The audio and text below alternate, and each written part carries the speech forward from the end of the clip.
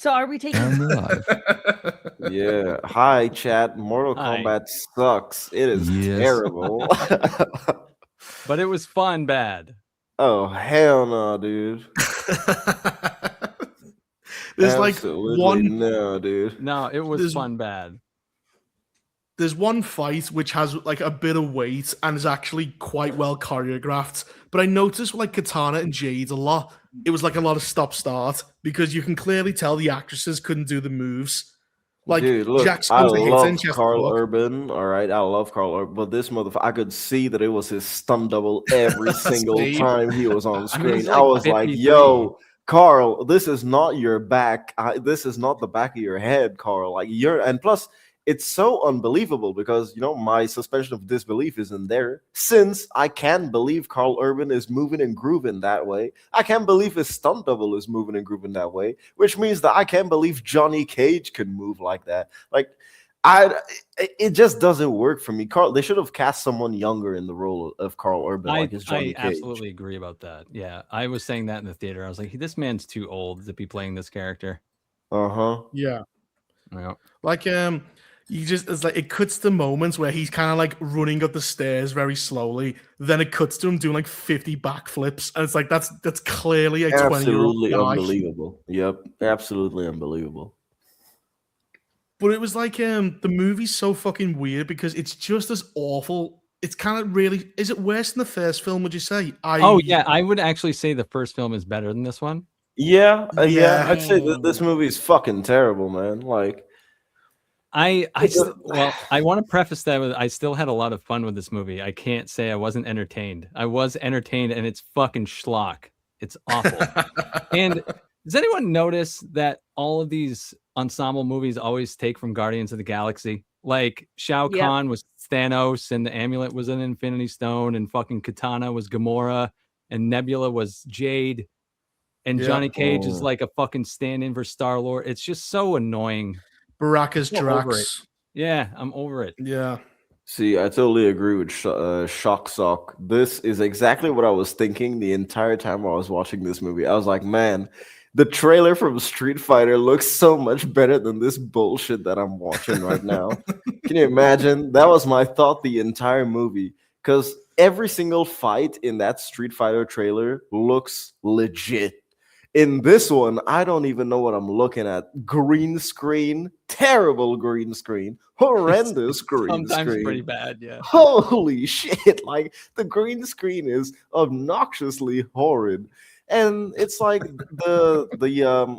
there's barely any connective tissue with the entire story. That's my issue with it. Oh, It's dude, like- it's a it's character so select loose. screen. Yeah, it's so loose. And like Katana, I don't give a damn about this bitch, man. I couldn't care less about what she was doing at the end. I didn't care. That dude from the first movie, spoiler alert, ladies and gentlemen, in the chat, okay, spoiler alert. That dude from the first movie gets his head splashed like a watermelon. Okay? Yeah, he does. He Fuck. dies But it's in like- 15 I cheered, seconds. man. I cheered. But they try and give it some weight because he like before he dies, he goes, "I'm fighting for my wife and daughter back in Earthrealm, and I'm willing to make the sacrifice." He then gets splattered. His body gets like pushed into acid disrespectfully by Shao Kahn, and then they never mention him ever again, like he didn't exist. Yeah, this movie is It's terrible, man. It's terrible. Just say it. Like it is, yeah, man. it is. It's a terrible. terrible movie. I mean, and also the audience thought so too. A B cinema score, everyone knows that's like a fucking D or an F. It's awful. Kano, I don't even know what Kano was doing up in this bitch, man. Like, Well, no, Kano was back because the fans wanted him back. That's why they did listen to the fans a bit. They made someone that was actually a real character in the games the lead, and killed off the fucking character that everyone wanted to see die in glorious fashion. Man, like I like the fact that this one actually doesn't have any crazy ass plot armor like the first movie. You know, people actually die in this one. You know, even main characters from the first movie die in this But one. in Which this movie is I where everyone comes appreciate. back to life. Everyone comes back to life in this movie. And it ends with them going, "Let's rescue our friends." So all their deaths don't mean anything, just like the their first deaths are movie. weightless, just pointless. Yeah, but at least, you know, for a little while you get to see the deaths. You're like, oh, okay, maybe this is permanent. It's only at the end where they fucking annoy you.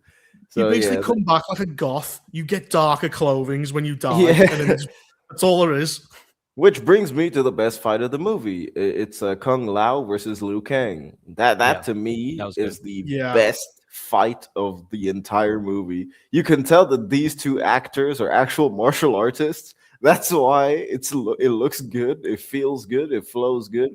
There's an actual story beat to the fight. It's pretty interesting. And there's Is weight that to the two the fight. brothers, the one who has the razor blade sombrero? I have no clue Yes. who any of Yep. these people are. They're not technically brothers, but they're raised together, so they're like Right. brothers. That Yeah. did seem like the only time a story threatened to break out in this film. I was like, oh, Yeah. I can sort of, that you could have made that the movie. That would have been better. Well, Liu Kang is the main character of the games, and they just went, right, we're not going to do Liu Kang, we're going to do Cole Young. Why? And because I looked it up, and there's two reasons they said this. I'll let Vex speak in a sec because she's had a hand up for a while. Just speak, woman. Just interrupt. I didn't want to interrupt, okay? Women hold themselves down. They do. Reach up and break through that glass ceiling. Listen, you know what? I'm sorry you feel that way, okay? No, what's the general plot of this movie? Because no one has touched on a plot yet. Because there is none. It's just an excuse for the tournament to happen. it's There's not no really plot. a plot, man. It's Yeah, tournament. Go ahead, Reaper. You explain it. So the so-called plot is that every bunch of years, Earthrealm and Outworld have to have a Mortal Kombat tournament. Because instead of Shao Kahn invading from Outworld, they settle it by a tournament. And after 10 tournaments, if he wins 10 times, Earthrealm gets absorbed by Outworld. This is the 10th tournament, so it's the last chance. But that was already the plot of the first movie. So it's still first like movie. The first movie. Well, I mean, it's still the same. It's still the same overall story. What's the plot of this movie? There isn't one. Yeah, the rules don't mean anything because the whole point is you have a tournament, 5 fighters versus 5 fighters, but then the rules get thrown out the window. You can assassinate people, you can swap teams. It doesn't mean anything. I particularly enjoyed that bit right at the end where it's like, oh no, there's only one fight left and he's just won it until some random person I say random person, the protagonist of the thing, but they might as well be random. It's like, well, I've changed teams now. And so, so how many? You could have done that at any time. That's not how this is supposed to work. Why didn't you do it at any time? Why were you just fucking around? Bullshit. Did you like that they had to resurrect fucking Kano just to find something in his pocket? So they bring this guy back. Like does he have the amulet? I've already forgotten. Yeah, he has the amulet in his pocket. He's dead. So they go, right, we need like a necromancer to resurrect him. They resurrect him. And then it's like, where's the amulet? Oh, it's in my pocket. And then they have an ADR line where they say, we didn't even need to bring him back to do that. As though that's enough to get away from, that's just shit. You can't ADR yourself out of that decision. You don't need... And of course they bring him back because he's important to solving the thing later, but they couldn't be bothered to come up with an actual reason.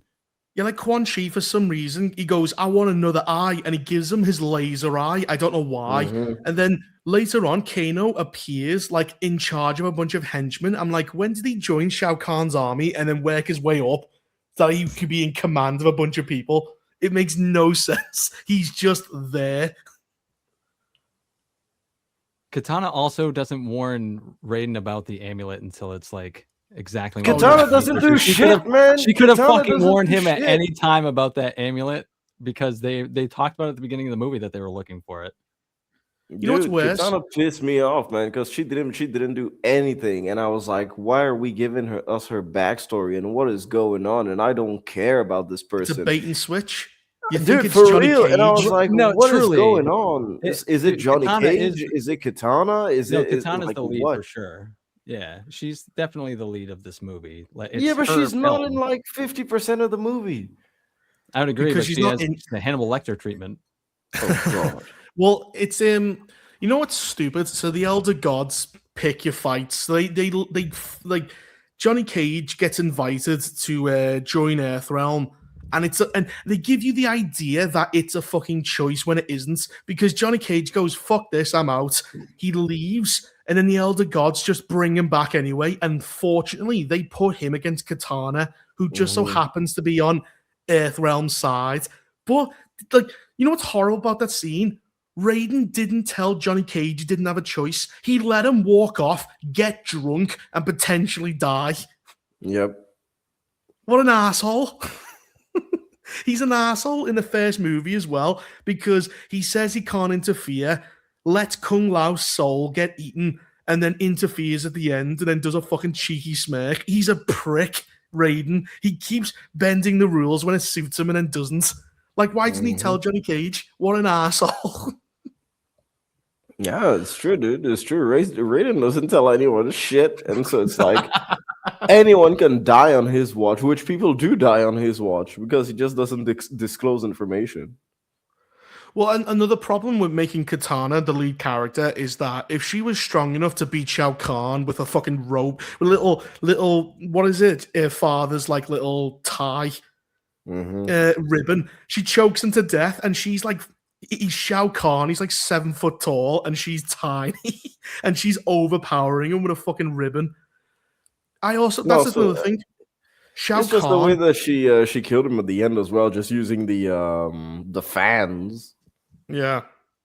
Like, Well, Shao Kahn, they ruin his character because Shao Kahn doesn't win a fight fairly. He wins the first fight against her dad, then he cheats all movie. Yeah, like he loses every fight. He loses against Cole Young, but only wins because he's a mole. He loses against Liu Kang, and he loses against like Liu Kang and Sonya. Like, that's the thing. He's not actually strong. He loses every fight. True. He does lose every fight. Yeah. Yeah. He sucks. They ruined him. Like, Shao Kahn is Raiden level. He's God level, but he's not a god. Like, that's kind of like how it works. And then you've got Shang Tsung and Quan Chi, who are basically Varys and Littlefinger, except for Varys is evil as well. So you got two very evil Littlefingers, and they do nothing. There's no scheming, no plots, no nothing. They just go, "Oh, okay." I'll Can you highlight Teddy on this comment? I know the fucking law. The twink is Cynic, though. Why is Cynic the twink? Because I don't weigh 300 pounds. I'm not morbidly obese, so I'm a twink. Wait, does that mean by implication everybody else on this panel does weigh 300 pounds? How insulted are we supposed to be? I don't know. Well, me and Platoon have not been on camera, so we're 500, 700 pounds. But you're like, Super Mario Galaxy, Platoon, does that make the movie better? Or is it just as... It makes it so much worse. But then, yeah, we had all of that argument on FNT. Jeremy, bless him, likes the games, so the movie's good. So, nah, I like the games. That's what makes the movie so shit. Fight me. And so we did. But I knew nothing about Mortal Kombat, and it's still, like, I don't imagine knowing about Mortal Kombat would have improved this film. I think I actually did briefly fall asleep during like the third fight scene. This is the problem, is like when you just put random people on screen and tell me they're characters, but they're not characters, and I don't care about anything they do, and action scenes become like anti-coffee.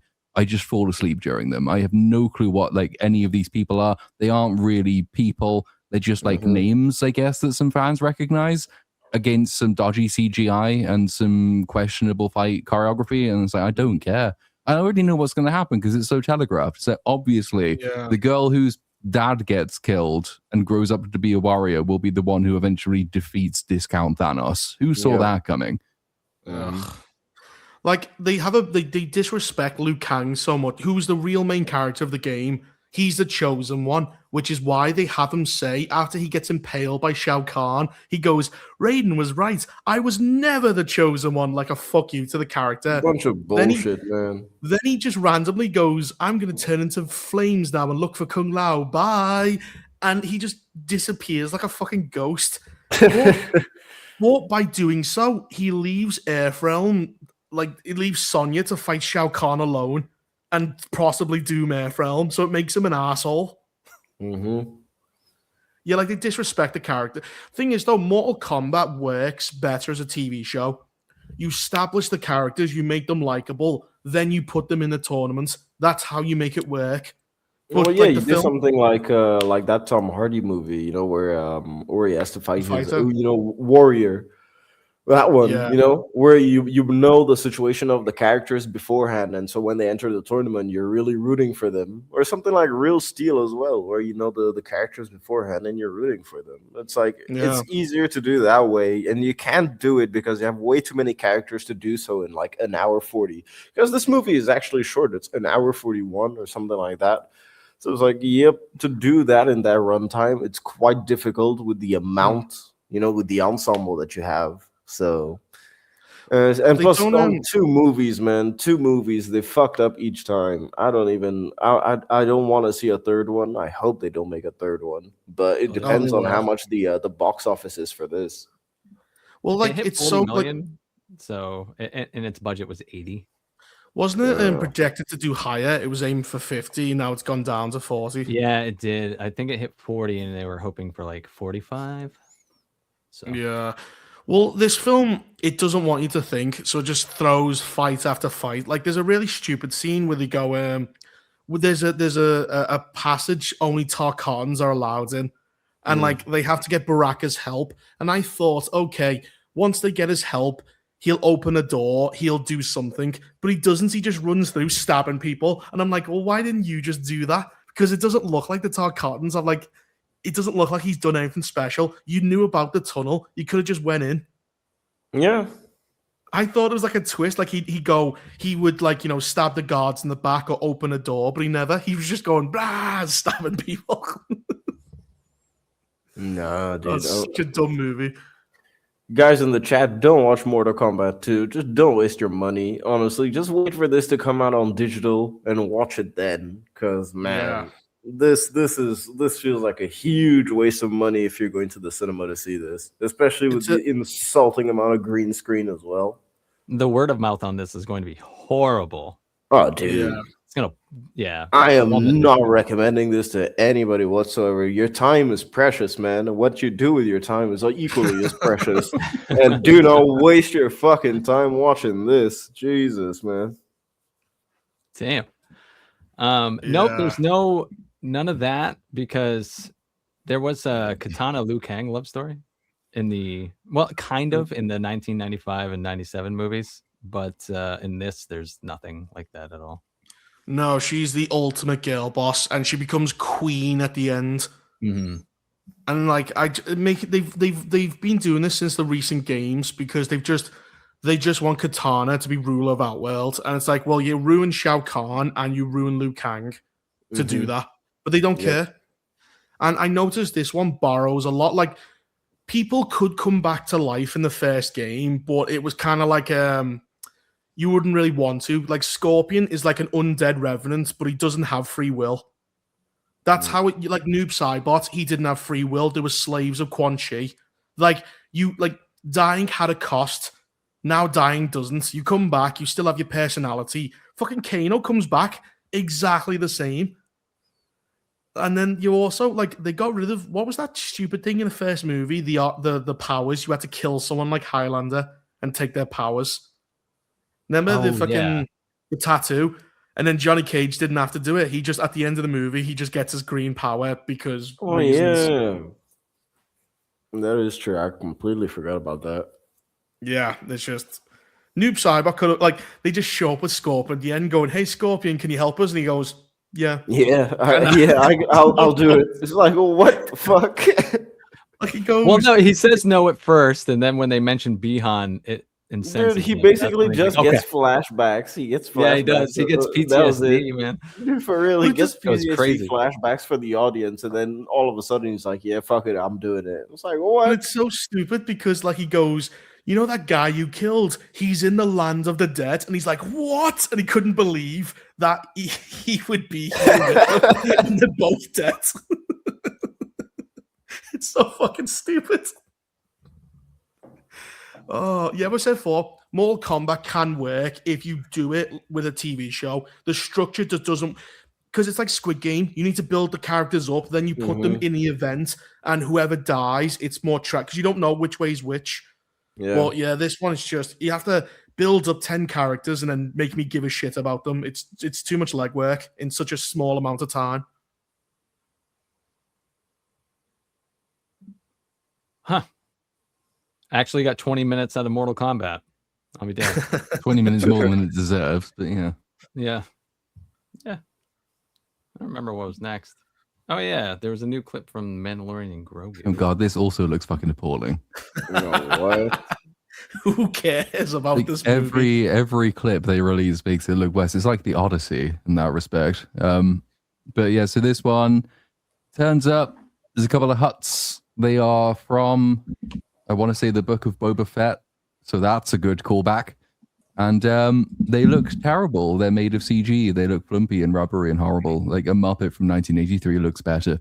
And they bitch him about like they've taken his mask off him, and so he's now ashamed. Even though Mando season 3 establishes that all you need to do is just go and have a bath, and you're fine. He showed it to the stormtroopers in like season 1 or 2, wasn't Well, it? there's 2 because he had to use a face scanner and tried to do it with his helmet on because John Favreau is amazing and he's going to save Star Wars.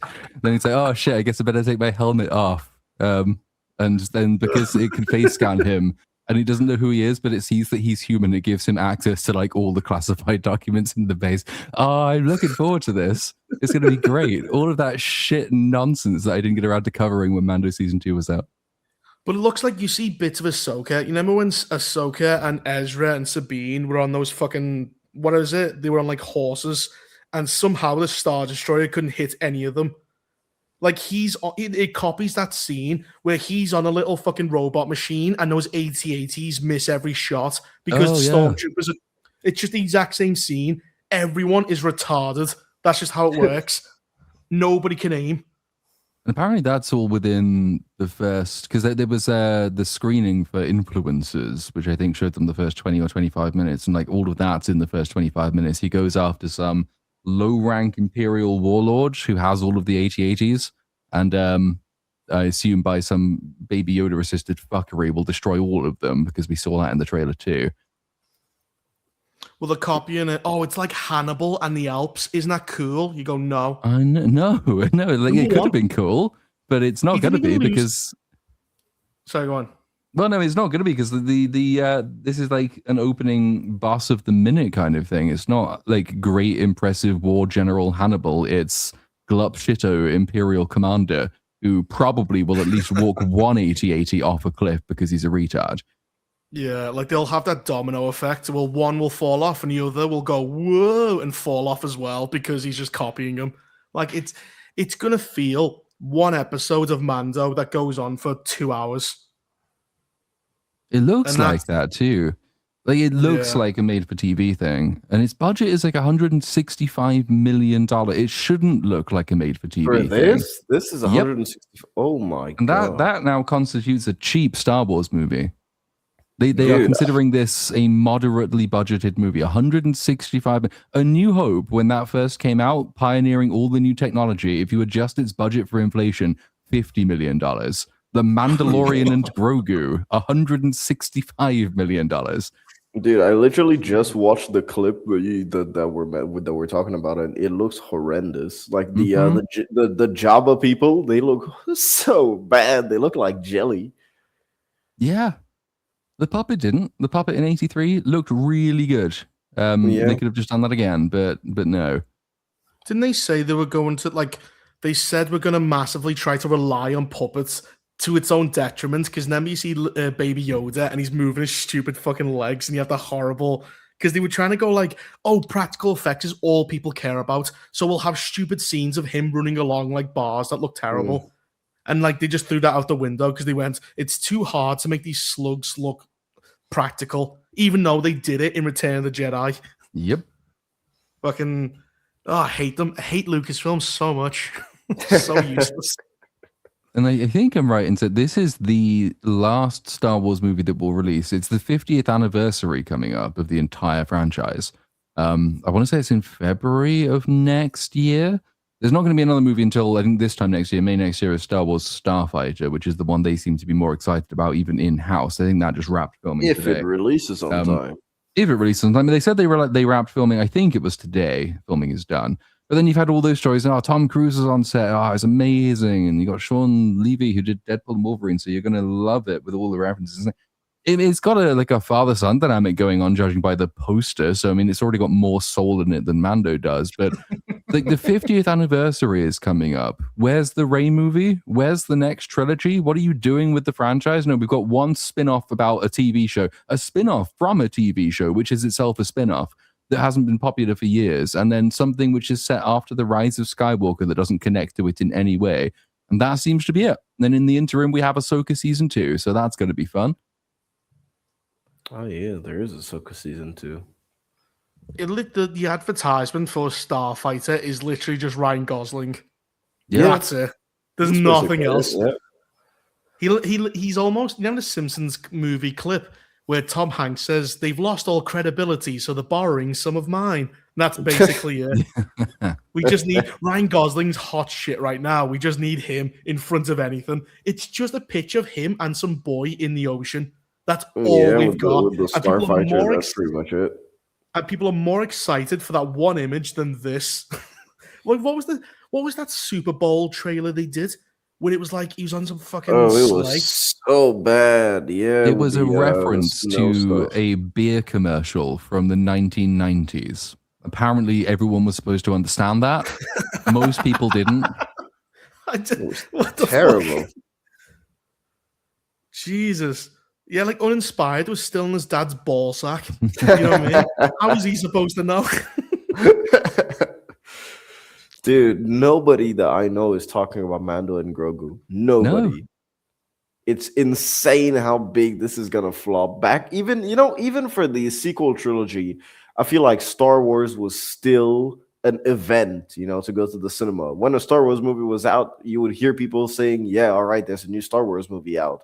But for this one, you won't even hear a peep. It's crazy. Yeah, I mean, it's Force Awakens made, was it 2.1 billion, I think it was. Then Last Jedi is $1 billion something, and then The Rise of Skywalker, I think, crawled toward $1 billion. Of course, you have Solo, which is the first one to lose money during that time, and The Mandalorian and Grogu over a long weekend is predicted to open to less than Solo did. Yeah. So Solo only made, I want to say it's like $390 million, or like somewhere around 400. 393 million worldwide. Yes. Now, obviously, bigger budget than Mando and Grogu, but if you assume like double the budget, so 160 million, so that's about like $320 million is roughly what they spent, and it's probably going to be more than that. Then that's before you like account for the theater take from all of this. And this movie needs to make like more than 400 million to really be profitable, and it is tracking to make less than the last Star Wars movie that lost money, so it's going really well. Yikes. Like, we're all just gonna watch it out of like to make a YouTube video. If we weren't YouTubers, I don't think anyone would watch it. No, I mean, I'm treating this as an event. This is the first Star Wars movie that's released since I've been on YouTube. It is a fucking event, and I'm going to make it one. Same as me. But it's like, this just looks so generic. It looks so afraid to take risks. It looks like it's going to try, like, you've got Babu Frick, who nobody even gives a shit about. It's like, let's try and put every toy we can. Let's tell the most perfectly safe story we possibly can. It looks like a TV special. It doesn't look like a movie that should be released in theaters. It literally looks like an extended streaming special. Like what they do with the Werewolf by Night, something like that. An extended preview, kind of like what they're doing with Punisher. Just release it directly to Disney Plus. This does not look like a theater film. Nope. No. Can't wait to hear Sigourney Weaver say, "Get away from him, you bitch," though. That's going to be amazing. God. Dex, I like your changing avatars. Fucking Star Wars, man. That's all I can say. Oh, there's so little enthusiasm. Like, even Weave went, "Oh, what's the point? Like, just kill it." Yeah, Kill man, Star Wars. Fuck Star Wars, dude. At this just- point, it Dude, says fuck Star everything. Wars, fuck Marvel. Like I am so done with Marvel. I put it at the tail end so that I know we won't get to it. Well, at this rate, we're burning through them. Yeah, we actually might. Damn it. But yeah, like there's no like it's a strange thing because when was Rise of Skywalker? Like 2019. It's been 7 years. damn, Yes, it it was has. before COVID. Jesus, man. And it feels like we're just taken right off from then. It doesn't feel like we've had a break. Well, I suppose Well, we kind of we've haven't, have seen- we? Well, most people haven't watched The Acolyte. Most people haven't watched fucking Mando and stuff like that. Most people So- even haven't watched Kenobi, man. Yeah, so like for us, we haven't had a break because of the horrible TV shows. But so like you'd think there would be more people who just watch like movies, like Marvel movies. They don't watch the Marvel TV shows. You'd think there'd be more people clamoring, oh, I haven't seen Star Wars in a while.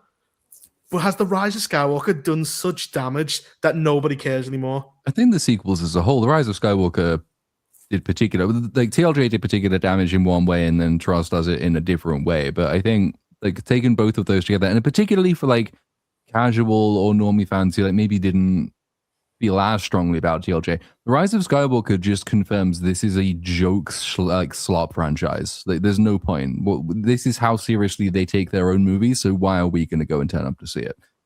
Yeah. It came out from the quotes from one of the focus groups that they did for this movie, which again sort of said that nobody really gives a fuck. But one of the quotes was like, I think it's from a younger like focus testee said, yeah, nothing from Star Wars that's come out since I've been alive is any good. So it's That is, oh, I'd fucking cry if someone said that about my franchise. It's been shit as long as I've been alive. but they always said that I liked the old stuff. And that was again brought out because they also released those Nielsen streaming data for, I think it was like for Star Wars Day from last year, but it was also the entire year's worth of last year. It was like, it's still okay. It's not in a bad place as a legacy thing. I think it was over the year, it was something like 33 billion minutes or something ridiculous. But then you look at the list of stuff that people were actually watching, and it's like Andor, but then Andor was releasing at that time.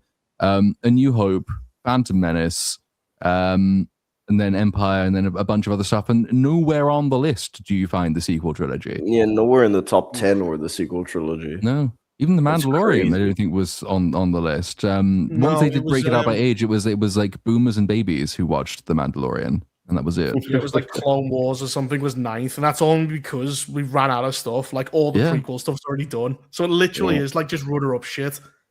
But Andor proves that people will watch it if it's good. Like, Oh yeah, definitely. you can make it, you just don't want to. You keep giving us shit. So, So I suppose is Andor done? Like, have they finished it Yeah. completely, or is it? Yeah, Oh, so there's not yeah, going to it be a was. next season. No, there is not. I mean, it was wildly expensive, and it was a slow burn that got way more popular over time, but not enough to justify. Was it 270 million they spent? Like, Oh, it was wow. a big movie's worth over the course of 2 seasons. Because there was talk it was going to be 5 seasons, and then they condensed it down to 2. Probably the right Yikes. decision. It didn't need to be that expensive. That's sort of the mad thing it's about it. worse but- than that. It says Andor's one of the most expensive Star Wars projects ever made, with a total estimated budget of 645 to 705 million for both Fucking seasons. hell. That's 290 a lot. million for Yeah. season 2 alone. How the That's- fuck? that's the Where thing, the is, fuck like, did they no spend all of one- this? I don't know. I mean, they did quite a lot of big set work, and there are some CGI set pieces, but that's an insane amount. I of mean, money. it's like, weird, no you know, show can justify that. something like the next Avengers movie. You can understand because already just from the cast payouts that's going to be expensive. But this one, there's Yeah. no person on the cast that is as expensive as that. So it's like, what the fuck are they doing with the money at this point? Yeah, like the Burning second it. season cost more. So like, you can't even do like we've built the sets, we've built everything, you know, it's all front loaded costs. It cost more the second season. I mean, there How aren't does that- many reused sets. Like I think most of season 2 would have had to have been built again because they don't go back. So like you have to build all the Yavin stuff. You have to build all of the Gorman stuff. You have to build I think they built a lot more for it for the second season. And I mean, it's big and it's expansive as well. I wonder how much of it is like going on potential future plans that don't come to fruition as well. But I mean, the fun thing is that like nobody looks back at that, and like the highlight is how much money was clearly spent. Everybody looks back on it and praises the thing that's the cheapest to do, which is the writing. So it didn't need to be that expensive. Yeah, like they just don't give a fuck. As you said, like it's like the cheapest Star Wars movie. It's 165 million. It's ridiculous. Man, it looks terrible. They need a fucking accountant. They need someone to go in there and go, no, we don't need to spend 20 million on Jelly Jabba. Like what? It's fucking stupid. So yeah, Mando and Grogu coming out in like 2 weeks. No, 10 days. Yeah. Basically. Yeah. I come back from holiday on the day this is out, so I have to go from the airport to the theater to watch this shit. All right, well. Hey, it's my girl. Nice. This is news, ladies and gentlemen. Yeah. So what's the story? I don't know. Vex wanted to talk about this one. Well, no, I just figured it'd be nice to look at something nice while we were on BSUP 1 week. So that's why I ordered this. Okay. Final season of Euphoria is airing right now. And in last week's episodes, not this past Sunday, but last Sunday's, apparently like her character has become an OnlyFans like chick, and she was doing like I actually have a clip. I could give you a clip actually. Hold on. I saw one of her like both you her and the tits with chat will enjoy something. it. Yes, that's the clip I have. Uh-huh. But what she was doing, basically, OnlyFans creators started like posting on social media, being like, "This is degrading and this is humiliating and this isn't what we actually do online." And I was like, well, Man, yeah, what the fuck yeah. are these bitches talking about, man? What the fuck? Hell no, bro. That's all it is. That's all the news was. So Sydney Sweeney's getting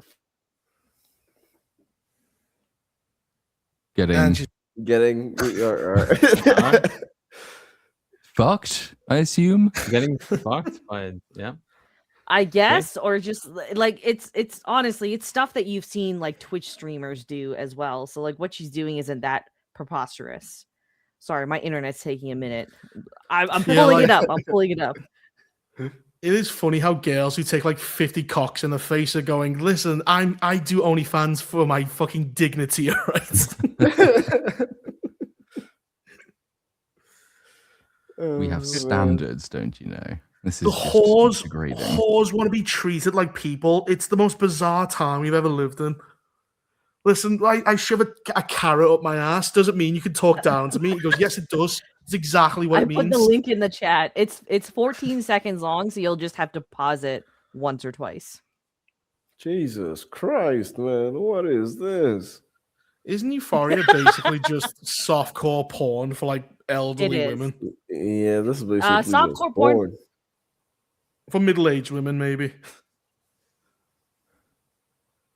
God, they're just... It's so stupid too, man. Like, cause I think the first 2 seasons of Euphoria because my sister was watching it, and so I would just be watching it at the same time, and I'm like, man, this is dog shit. This is so stupid.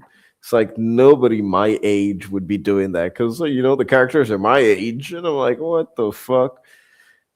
No way in hell, man. And to see this, like, it's so weird. It's basically just Sam Levinson's weird ass fetishes in a TV show. That's nasty. Right, hold on 2 seconds. All this work just to riveting Euphoria. So what is it? It's just people on drugs and porn and stuff like that. Teenagers on drugs and porn, yes. That sounds exciting. Right, boobs. Here we go. What the fuck is this? Do you want to hear my pussy? ASMR. Yeah. Others wanted jerk off instructions to be told what. Right. Well, that was that. God. How wonderful. Yeah. That's like, that's dude, what they're imagine getting upset about. Being her husband, man. Being her husband, watching her receive the script and being like, oh, yeah, this is going to be good. This is going to be a cool day on set. I'd give her the same look as Homelander and be like, what the fuck? If she comes back dressed like a dog going, I've just been at work, honey. And you're like, oh, okay. She must be. I bet it's in it. She comes home and he goes tonight, and she goes, "No, I'm tired tonight. I threw me back out every night." Does Euphoria actually have a story to it, or is it just porn? It does. I mean, it used to, but now it's kind of just nonsense porn. because the characters are a bit nonsense. They're like the first season is actually quite okay. You know, it has a direction. You're following Zendaya's character, and all these other characters actually seem, they're a bit stereotyped, but they're there. They're still realistic. In the second season, third season, that's when it just devolves into bullshit, where it's just so exaggerated that you don't even feel like it's in the real world anymore. So that's where the story just decomposes instantly, because it feels like it should have been a one and done thing. So Well, yeah, I think they So realized like the boys it's typical does this. HBO content at this point. Yeah, like the boys does this where they go, people don't actually care about like plot or characters or anything. They just want shock value. So we're just gonna nothing matters. We just want the payoff. We just want her putting an earphone microphone to an ass. We don't care if that makes any sense. Because it's Sydney Sweeney and she looks good, and so that's it. And that's basically the only thing. That's the thought process. Well, that's like because they just put clips out for the internet. They go, we'll just do this scene specifically because it's shock value and because it'll circulate on Twitter. Yeah, basically. And honestly, God, that helps shows more than anything. Now it's just random memes of a show. People don't even know what it's about. Yeah, I have no clue what Euphoria is about. I just know the memes of Sydney Sweeney being a whore. Yeah. Well, that's how she got the role. Dude, I don't even know how any of these guys can act in other shows when you see them act in Euphoria. Because if you ever watch a clip from Euphoria, you'll just be like, dude, it feels as if these guys owe someone their souls or someone owns them. Because it's like, there's no way in hell after, Jacob Elordi has done Frankenstein, been Oscar nominated and everything, he goes and does something like Euphoria. It's like, yikes. Such a downgrade, man. Yeah, like Sydney Sweeney's going, take me seriously as an actor, and then next thing you know, she's dressed up like a dog getting choked by some guy, and you're like, oh god, yeah, it's so weird, man. It's so weird. Well, Zendaya just does the same face on everything, so she's not. She yeah, never. But Zendaya just has that same face, man. Like she doesn't even bother. And she used to have more energy back when I used to watch her as a kid when she used to do Shake It Up on Disney Channel, dude.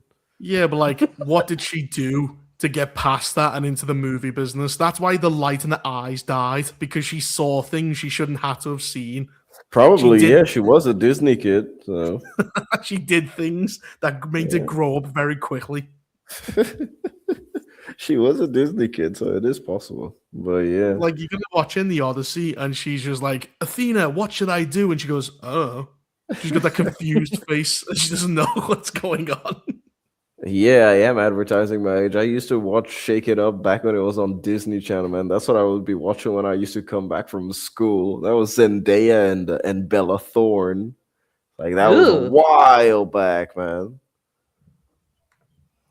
Yeah. Yeah. But yeah, what do we have after this? Project Hail Mary, top 20 grossing. What? No way. Top 20 highest grossing IMAX releases. Calm down. Is this adjusted? Oh, I doubt it. Probably not. Okay. It's actually crazy, man. But it is impressive, yeah. Why do you think it's so it's done as well as it has? Is it literally just Ryan Gosling? I have I think it's the mix of it being like a hopeful movie, Ryan Gosling's charisma with Rocky being a memorable side character. It's like not only as a memorable design, but the way that the story goes as well. So people just the word of mouth was also very good. So yeah.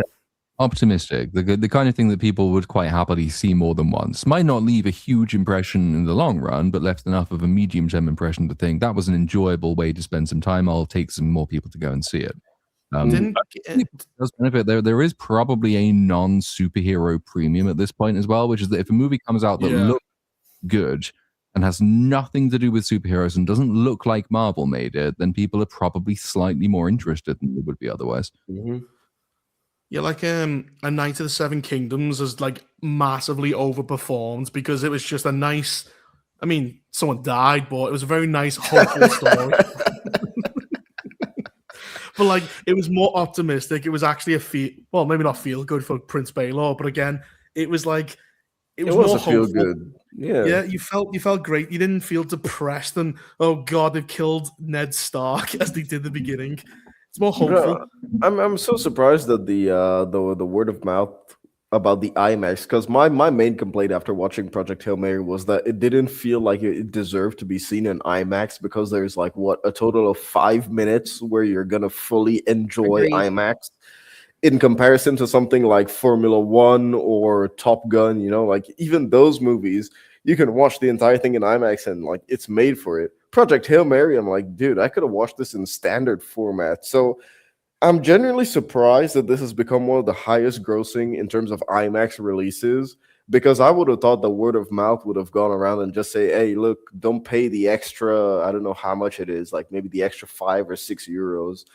Just go watch it in a normal format, not in the premium format. No, it'd just been like, all right, cool. I suppose it's like, well, what else are we gonna watch? Yes. I mean, Mario shit. I mean, there's not much out right now. Yeah, but I mean, still, for me, it's mostly just that IMAX choice, man. I feel like I like the movie. I still enjoy Project Hail Mary. I really, really liked it. I love the way the plot was broken down. That was my favorite part. That was one of my favorite aspects. I really liked it. Yeah. I'm inspired with the wrong take. Well, hey, listen, dude. I only said I felt like I wasted my money in IMAX, but the movie is still good. Has it made money? Has it been profitable, or is it like, because it was quite expensive? The budget I think it was been profitable. 200-ish million, I think was the budget, but it's made 650. So I mean, it's not insanely profitable, but it is definitely profitable. And for a non-franchise entry in science fiction as well, that is done pretty well, I think, all things considered. It's not hugely complicated, which I think works in its favor. And it's probably earned enough money for Mr. Andy Weir to get a bunch more of his books adapted. So, good for him too. TGV Monsters made a good point. It beats Superman. He did. Which is I automatically actually like insane. movies more. I know, yeah. Just it's like that's a dog shit film, but it is also a superhero movie, and I think those two things together are both suppressing it. There's a certain look that most superhero movies have now and have had for a long time, and you're oversaturated, not just with superheroes as characters or superheroes as a story type. Just everything about the aesthetic of superheroes looks the same. At least, I mean, you can't even say that of Zack Snyder when he was in charge. At least it looked a bit different and may not have suffered in the same way as James Gunn's movie has. But I look at those now and just think, oh God, it's one of those again. Whereas with Project Hail Mary, it's like, oh, it looks like something I haven't seen yet, so I'm going to go give it a look. That is a fair point. Yeah, that's true. And there's also no crazy competition at the cinema. Yeah. I mean, it didn't come out at a hugely problem. Is it March this came out? When did this come out? March, yeah. March, It was yeah. March. Yeah. Which is not like normally associated with huge box office success as far as I understand it. So like it came out at a kind of inopportune time and still did really well, and maybe did benefit because there was no competition around it. But there's a reason most other movies did not do this well in any other year either when released in March. It's normally like it's like when they dump something in February and you think you don't want me to see this.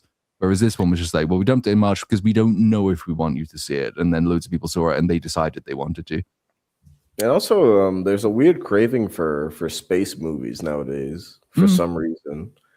I don't know why, but like astronaut movies and stuff like that. I feel like people want more of those again, the same way that people want the return of a historical epics and stuff like that. So I feel like that plays into it as well. We'll see if we want the return of the historical epic after the Odyssey comes out, and then people can make up their minds as to whether they still want that. But we're gonna see. I mean, science fiction's always had like a pretty strong. Not there's never been like majority appeal, but it's always had a strong audience demographic. But science fiction's kind of been subsumed into superheroes recently. Most science fiction movies for the last several years have been superhero movies again, or Star Wars movies. Well, not movies, Star Wars TV shows, which also suck.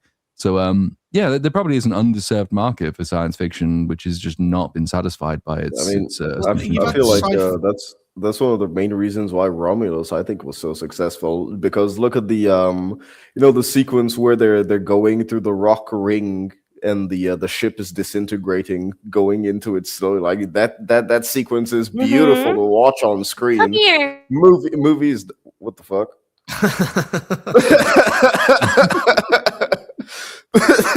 Like, I think what you mean is like, I don't think it's science fiction. I think they're like sci-fi adjacent, like sci-fi superhero movies, sci-fi horror. Yeah, that's the thing. And Star Wars is science fantasy. Like pure sci-fi has got a much lower, like it's less appealing to the mass audience. Whereas a lot, as I said before, it is like more superhero sci-fi. It is like adjacent to it, but I don't know. I think because superheroes are so shit now and there's nothing else, it's like people are more willing to experiment on new movies because Marvel's done. DC can't fucking start. And like, what else is there? Everything is homogenized in Marvel and DC, so you know what you're going for. You know, it's kind of like fast food now. I know exactly what I'm gonna get, and I just don't want it anymore because I've been getting the slop for way too long. So people just want something fresh. Well, how much does Dune earn? Because I know Dune, the first Dune gets a was lot. split. The first one did okay, and the second one did better, right? I mean, it's not neither of them. The first one flopped a bit because the first one was day and date because it was still COVID back then. So yeah, it was released in cinemas, limited cinemas, and on streaming at the same time on HBO Max. So the first second box one office did 700, I think 700 million for the second part. So like it's done well. And yeah, not as well as you'd expect considering the way people talk about Dune. Yeah, do you think it's more like an event movie? Like we have to watch Odyssey or Oppenheimer. You have to watch that one. I think there is a bit of that. Yeah, it's an event movie. It is nothing quite like anything else. It's the movie everyone else is going to see because it's for as much money as it's made. It's not as empty as Avatar is, but you don't beyond like people saying, "Oh yeah, I liked it." You don't get much Dune conversation unless there's a Dune movie coming out. People don't like look back and say, "Oh God, yeah, Paul Atreides is such an inspiring character. I love what they did with." Those other people whose names I maybe don't remember. No one does. Nobody remembers anyone. People just, what's that? The fat Stellan Skarsgård. What's his name? The big Darren ball, the Harkonnen, flag. yeah. That's it, yeah. Like, that's the only other character anyone remembers. But, like, even then, like, Avatar, it's like, it's sci-fi Pocahontas. That's all there is. Like, it's not even like a proper sci-fi movie. It sucks as sci-fi. Like, the whole purpose of that movie is betray your race for some fucking blue pussy.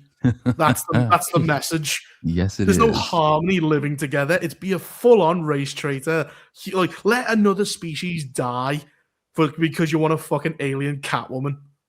It was the thing that's like charting the progression in my Avatar 3 video. It goes from like, don't be a capitalist to don't be a really bad capitalist. And then 3 comes out and said, just don't be a human.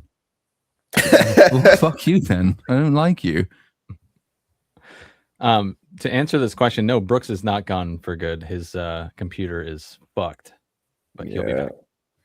And Vex also just left, so because her internet is fucked. So yep. My computer's sometimes fucked, but I still make it, so I don't buy those excuses. One by one, booting yourself up into safe mode for no reason. Oh. I'm getting rid of the diversity one by one. It'll just be me. Oh no,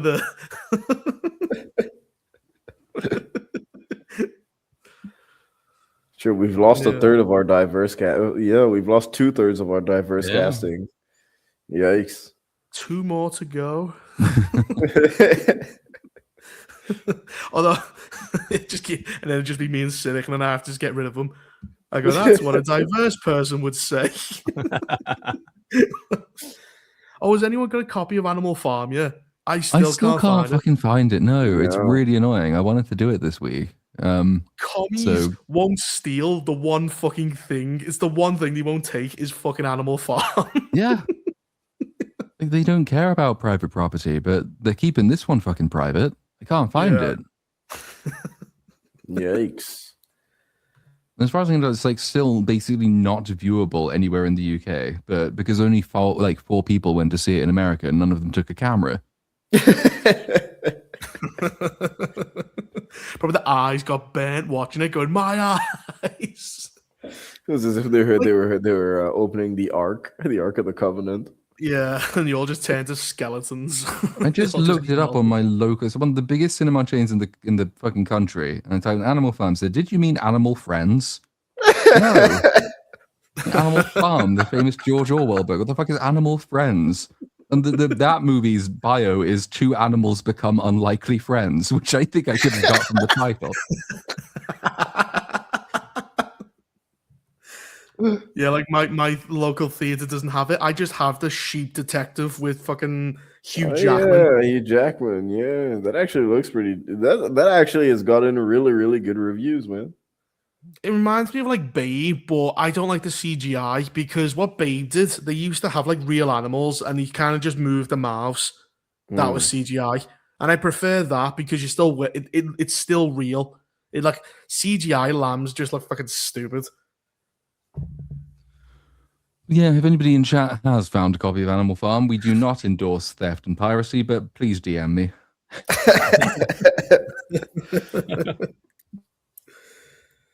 Next slide. Did anyone watch this? No. I did see it. It was I did.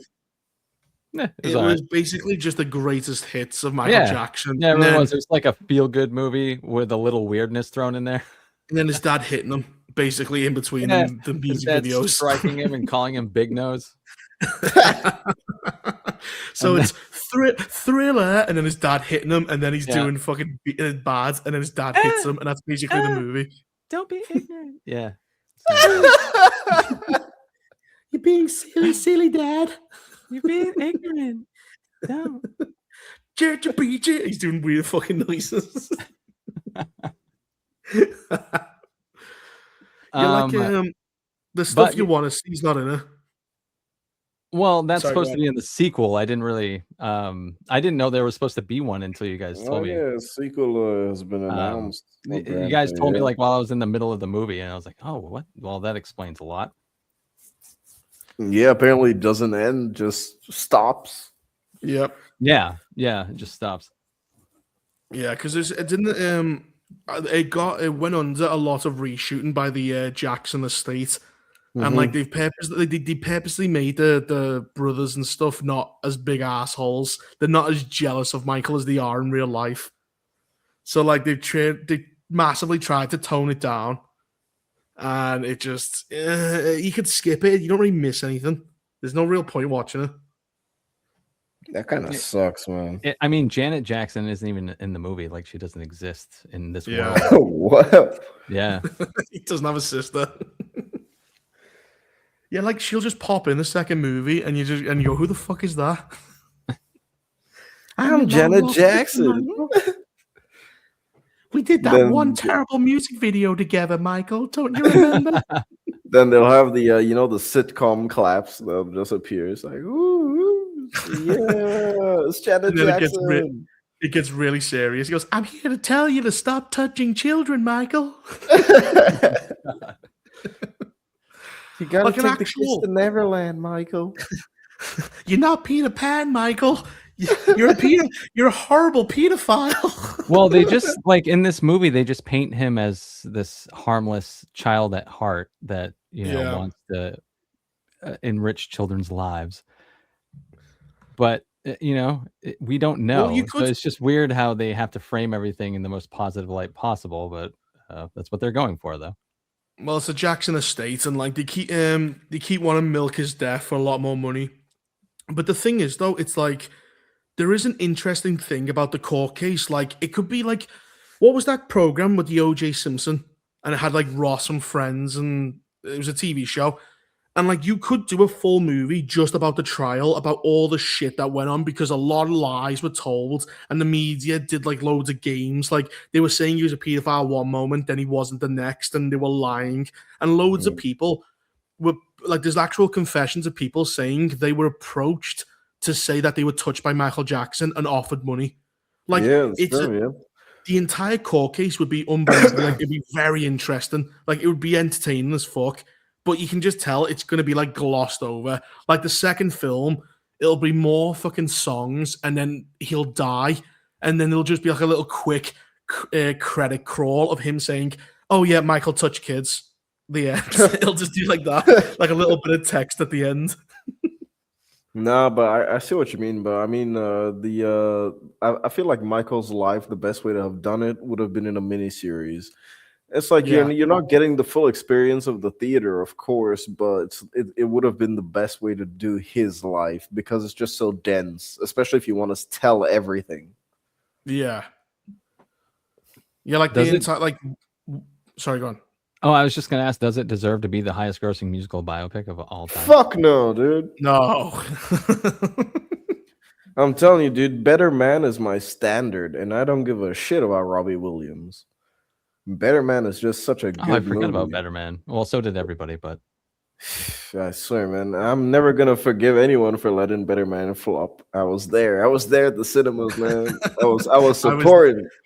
200 years ago, I was there. Yeah, dude, I was supporting it day one. I was there, dude, watching Monkey Robbie Williams perform. You know, that movie made me shed a tear in the theater, man. I was like, damn, this shit is actually crazy good. So yeah, that's my gold standard. You have a few problems. Is like the biopics that make the most money are the ones where the guys died or there's like something major that happened. Like Rocket Man didn't make that much, did it? Elton John. No, it didn't make that much. But Rocket Man was actually really decent, man. Really good. But he's I still feel alive. like the difference between those and a casual biopic is that like a casual biopic has musical numbers, whereas Rocket Man and Better Man were musicals. You get what I mean? Yeah. You know, it's kind of like Bohemian Rhapsody. You can't really say that was a musical. It had musical numbers of Queen, but it wasn't a musical in itself. You know, Better Man was a musical, and Rocket Man was a really good musical. But Bohemian Rhapsody had like, you had AIDS, and you had like him dying, and you had all this. You had like at the end of the movie, you're expecting a big emotional payoff. And the same with Michael Jackson, you've got the pedophile case, you got him turning white, and you got him dying. Like, but Rocket Man, it's like, do you want to see a part of Elton John's life? And it's like, well, he's still alive. I don't really care. Same with Better Man. Most people don't know who Robin Williams is. Robbie, whatever his name is. Yeah, Robbie. And yeah, also, sure. A lot of people he's didn't still know. alive.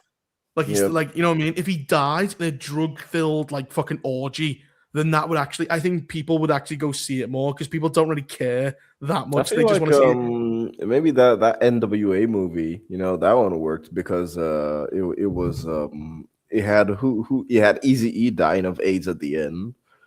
So yeah, some people went to go see that because, which was actually a really cool biopic, man. NWA, you know, the Straight Outta Compton biopic, that was a really good biopic too. Just needed AIDS. That's all these movies need. It's just a teaspoon of AIDS, and you'll be popular. Yeah. Well, Yeah, it's like you could just watch all his music videos on YouTube. There's no real point watching it. Yeah, if you want to see someone who can really imitate him well, then this movie's for you. And just occasional, just a little bit of "Dad, stop hitting me."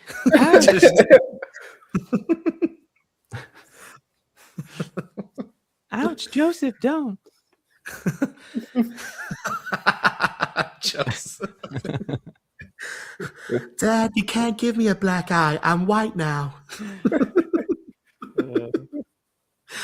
I did forget how awful it was when he caught his hair on fire. That must have sucked so bad. Yeah. I laughed. Horrific. I laughed so much. I thought I couldn't help myself either. Yeah, exactly. That's what I thought. I was just laughing. Oh God. Oh yeah, Masters what of the fuck is this? It's fucking Beastman. Skeletor. D-Box. Is that the one with the theater that moves when you're trying to eat popcorn and your popcorn goes fucking everywhere? What?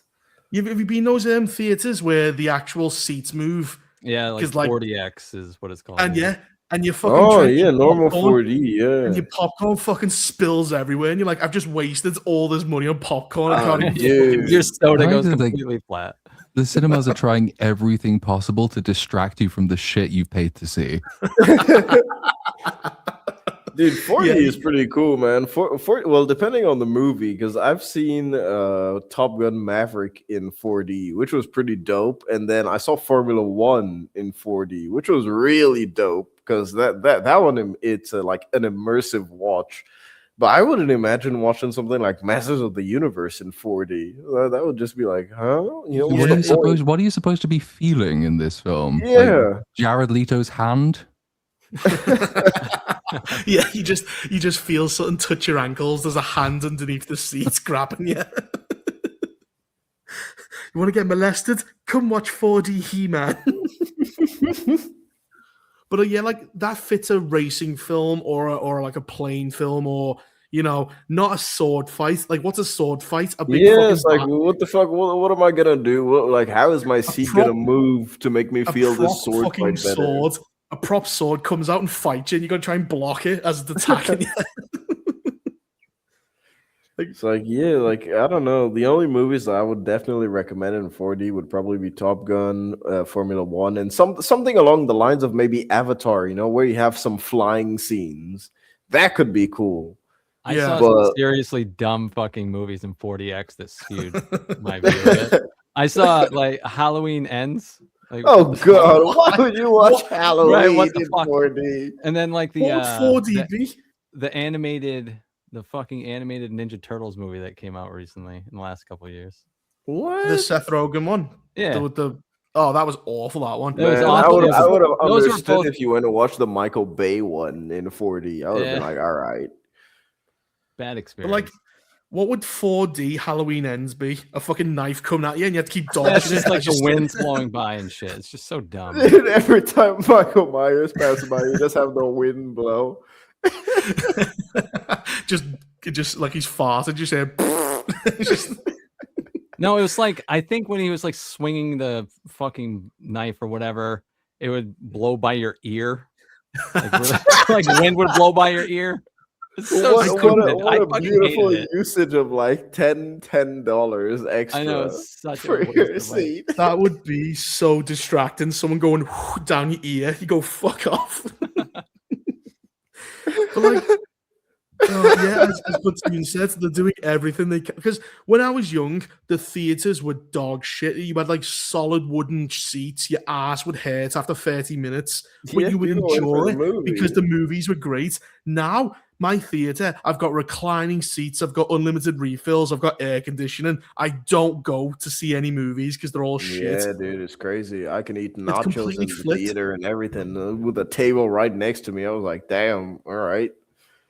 This is interesting. These are prime conditions for someone to fall asleep in the theater with.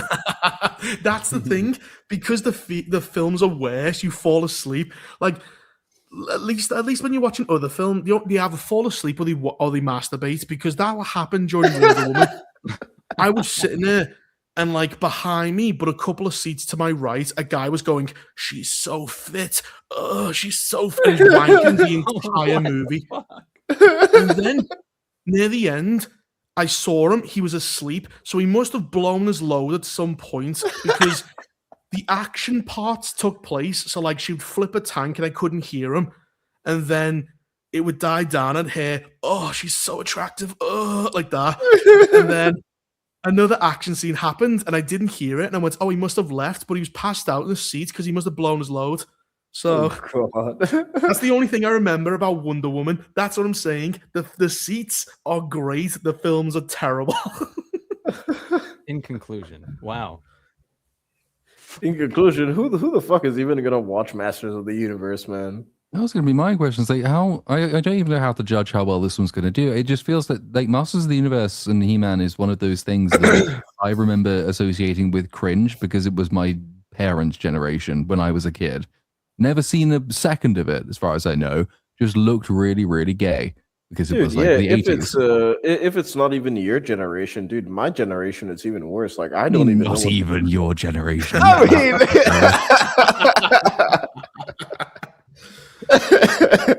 I mean, dude, Oh, man. Masters of the Universe, no one I know fucking knows about Masters of the Universe. We know about He-Man, but the only way we know about He-Man are from the memes, dude. That's it, from the Yeah, like- Skeletor. yeah. That's it. Hey, yeah, was it hey, yeah? That one, that's the only one I remember. It was just singing, we just dancing. I had no idea where that was from.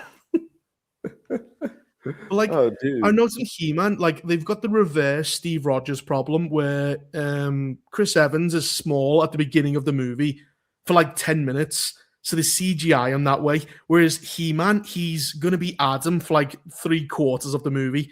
So the problem is it costs too much to have him CGI small. So you've got a guy who's already He-Man pretending to be Adam. So like when you have that scene when he can't remove the sword out the fucking like the model, I'm like, you're bigger than everyone in the shop. I don't believe this. But it cost too much to make him thin, and then every movie onwards you'd have to pay for that. So they just went, fuck it. He's a roided up guy in HR being bossed around by women. That doesn't exist. That guy does not exist. He would not be in HR. He'd be on OnlyFans or something. Yeah.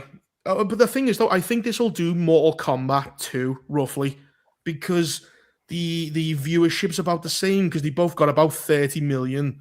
The likes about the same. I think it's going to basically do pretty much 1-for-1 Mortal Kombat 2. I don't know. It depends on I think it will depend on the word of mouth. If it actually is like a decent movie, people won't really go for the Masters of the Universe IP. They'll go for the movie. But I don't think. But the IP name itself isn't really drawing anybody in. No, it's not an event. Like we have to go see this. It feels more like, oh, there's a He-Man movie this weekend. We might watch it. Mm. I think it's going to be about rated the same. I think it's going to be a dumb fucking movie. Like it might occasionally have fun. But I think it'll be worse because there'll be less fights in this than Mortal Kombat. So there's less to distract people from the plot. Yeah, it could be. I don't know. I'm not looking forward to this in any way, shape, or form. I'm like, to me, this is just gonna come and go, and I think it's gonna be the same for a lot of people because I've not seen too much marketing going on for now. Maybe they'll ramp it up next month. What do you think of Jared Leto's voice? It was like, oh, you're too afraid of power to use it. He sounds like that. I mean, I can recognize that it's Jared Leto, so it's all right. Like, they didn't want squeaky Skeletor. He's like, yeah, because he's the main villain. So that would, like, that would just completely kill any sort of menace he had. So, but they kept the gay voice. He's like, oh my God, He-Man, I'm going to kill you. It doesn't work. It's like Bane. You couldn't barely understand him. Oh yeah. I was like, what? Dude, it's like one of us has to die in the wreckage, brother. I was like, bro, when I was first watching that in the theater, I was like, what is he saying? Like, what is going on? I kept looking at my dad because, like, at that point, I was like 10 years old. I kept staring at my dad. I'm like, what the fuck is he saying? It's like, what is this? Dude, as a kid, I was like, I had no idea. I was just there in the theater watching it, and I was like, all right, cool. This is cool. This is cool. I don't understand this dude, but this is really cool. It's Batman.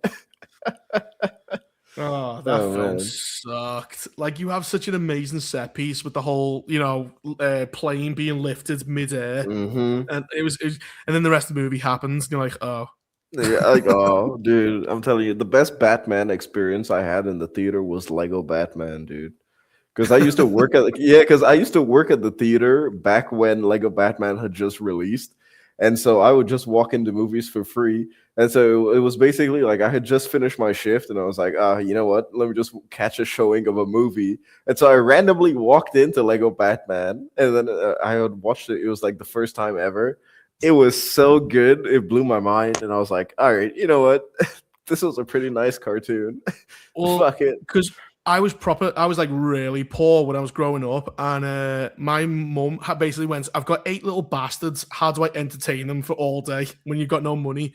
So we get like a free ticket to the theater. You get out like the newspaper, And then what we do is we watch the movie and then just jump between all the movies. So we'd finish one, run into the other one, watch half of Austin Powers, then we watch half of Winnie the Pooh.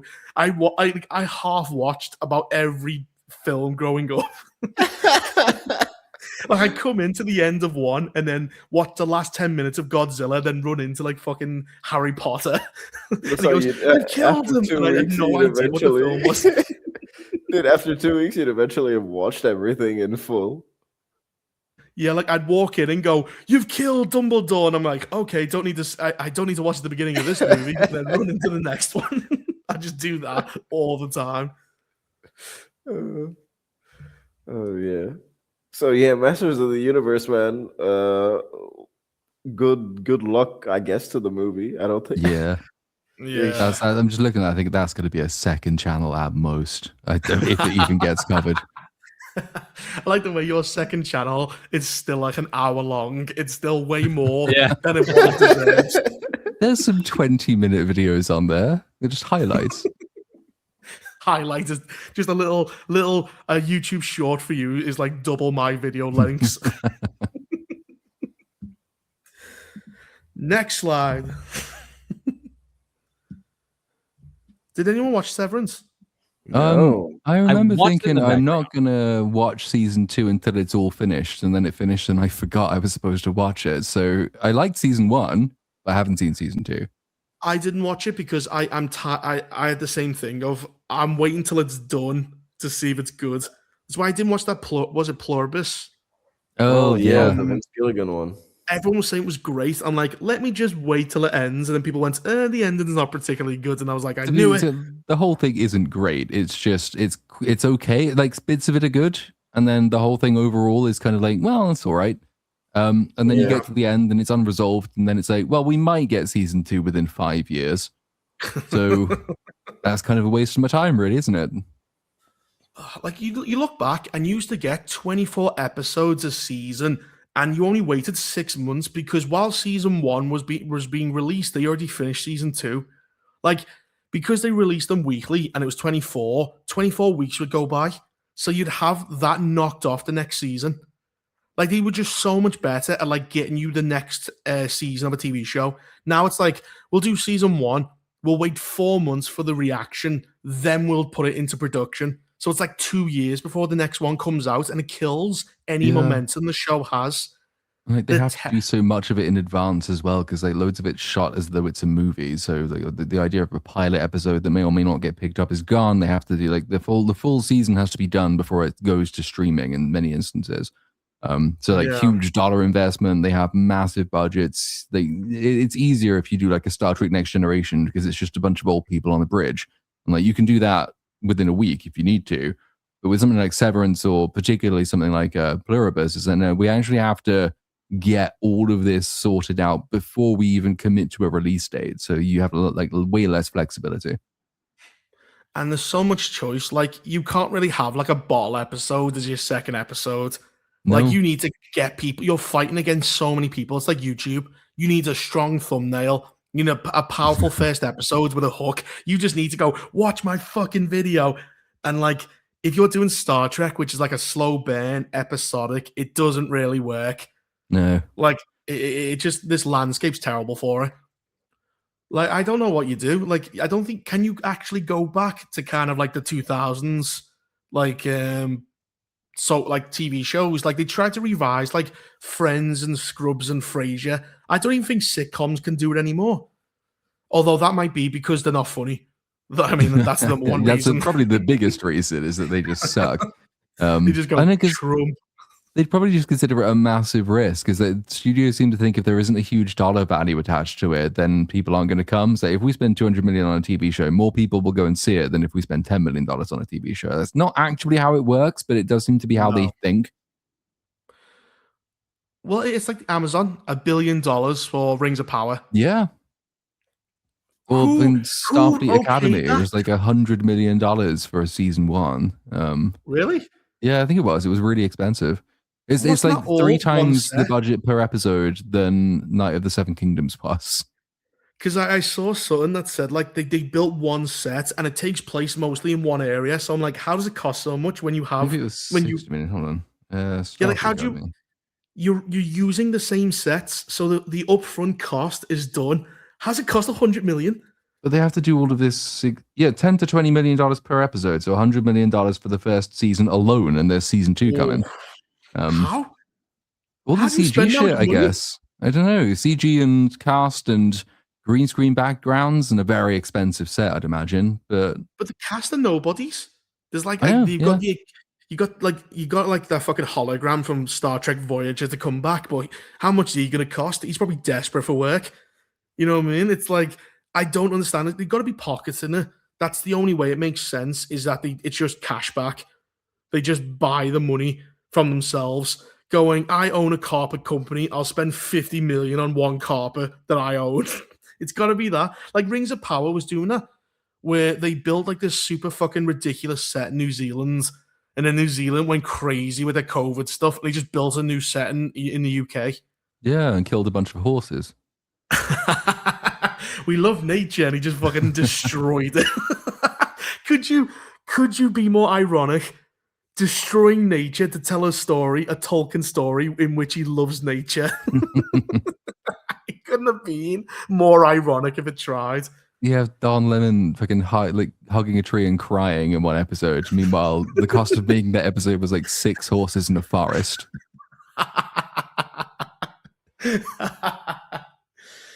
Isn't the next season what they're doing is they're having an orc companion who's like a good guy?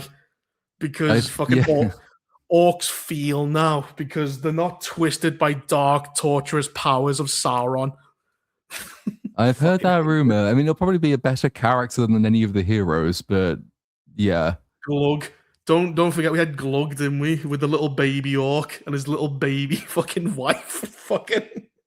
And they may have just maybe Morphy Clark's now so old that she walked onto set and someone mistook her for an orc. So it's like, oh, this is a new character. But no, this is Fair Galadriel, the wise woman. Sorry, I thought you were a goblin. Oh, that's this year as well. Jesus Christ, it's going to be busy. This is a big year, yeah. Like, fucking got Supergirl, House of the Dragon. I got the Avatar movie to watch. This is how interesting Severance is. We're just talking about everything else. Yeah, I remember liking what I saw of Severance. I just never pursued it further. But you know, I'm sure at some point I'll get around to it. Everyone says the second season basically makes no sense and it doesn't pay off anything. So like it seems like they set stuff up without any real goal. They had no idea what it actually was. Yeah, that's what I don't want it to be. I don't want it to be a Lost situation where like, you invest so much time in all of these mystery boxes, which are really, really well set up, judging by season 1. But like, what's the ending? I've been stung by mystery boxes many times. God, it's just everything. They just or they know what they're gonna do, and then halfway through change it because they think they have to be clever, which is even weirder. Like George has said that, like he was talking about, like people guess correctly his storylines, but you can't change them. But obviously he's going to do that now because nobody likes Winds of Winter and fucking how the show's end. The ultimate change, which is he's just not going to write it. Like that's the way you really get around it. Oh shit, people will guess my ending. Better not write an ending. You know what writers are doing now? They're basically saying, like, an audience will come up with a theory and they'll go, yep, that one. Wonder Woman didn't rape that guy because her wish was undone, thus the rape was undone. But it still happened. Just because you wish it away, it still happened. No, the dick left. It disappeared. She raped, it's all in her head. She raped him in her thoughts. Next slide. All right. Fuck me, it's a slow news week. It is such a slow news week. We're talking about Friday the 13th prequel series on Peacock. What more can you fucking tell with the Friday the 13th franchise, man? There's been like 8 or 9 movies. There's been one reboot. There have been 12 movies. Oh my god, man! And there has one been of them a is a series. reboot. Yeah, there's. Oh my god, there's nothing more that you can tell, and it's like, what's the point? So if we're doing a prequel series, So is it going to be on Mrs. Voorhees since she's actually the original killer, or is it going to be on Jason? And it's like, why would it be on Jason? Because like Jason, the only It's going time I to be actually on see him is from Jason. number 2. Because of the there was a lawsuit, so it will be about Jason. It has to be, because like Friday the 13th is going to be Yeah, but separate from the what character of can you Jason. say about I mean, Cynic, you know Jason's story. Like Jason dies Oh, I when know. he's a kid. The only thing I'm He gets wondering is like, revived. It's like we've already seen everything about Jason's life, every single aspect. saw You him in know it. totally Space. agree. Yeah, they shot him He into went fucking to space. We space. talked about it. So like, I can't remember. I never watched the original. Is she revealed to be the killer the whole time? In the first killer? movie, Pamela Voorhees is the only killer. Like it's literally just Jason's mom killing people, and it's revealed to be Jason her in it? at the end. That's it. Jason is not in it. Jason is not the killer whatsoever in the first movie. He he only alive? appears in. No, he's just a No, he's dead. retarded He's guy. dead. Like So he dies and his mom wants revenge. That's the exactly. story. That's it. That's it. It's only in the second movie that Jason actually becomes the killer and is revived, and then they keep Jason as the killer in all the subsequent films. Yeah, because he was So is popular. Jason? Is it going to be like? Are we just going to keep watching him kill Jason, like they're dunking him with like oars and hitting him in the head to put him in I the knew wheel? way that he dies That's the every thing. Like episode. that's the only thing that you could do if you're doing a Jason thing. That's why I think it's gonna be Pamela Voorhees, man. If they have Linda Cardellini as Pamela Voorhees, but even then, I don't know what you can tell. Maybe like she killed her husband or something. But all of that is in It'll be- canon. Like there's nothing it'll be interesting. Jason that you can Senior. tell. His dad will be a ghost that raped her or some shit. Like the knife will give us supernatural powers. They're going to try to Oh, explain why he's no. immortal. Like the dad will be like fucking Freddy Krueger or something. That's a bunch of bullshit, man. Already Freddy Krueger's dad, isn't it like a bunch of like 1,000 rapists in the asylum? or something? Yeah, that's what it was. His mum's going, "Who's next, boys?" And there's like a queue of people going around the cell block. Any I one don't of them even could be get your it, dad, man. Freddy. And stupidly enough, man, the best rendition of Jason Voorhees that we've had is in Freddy versus Jason, man. Like that was one of the best versions of Jason's that we got. So what do you think? What do you think the plot will be? I think they'll go supernatural, stupid shit. I honestly have no idea. Like there's nothing that you can tell in a prequel series that hasn't been told already in the 12 fucking movies that we've had. Well, you got to explain why Pamela. I mean, her wanting revenge for her son's death isn't good enough. So we're gonna have to like establish another woman she learns to kill from.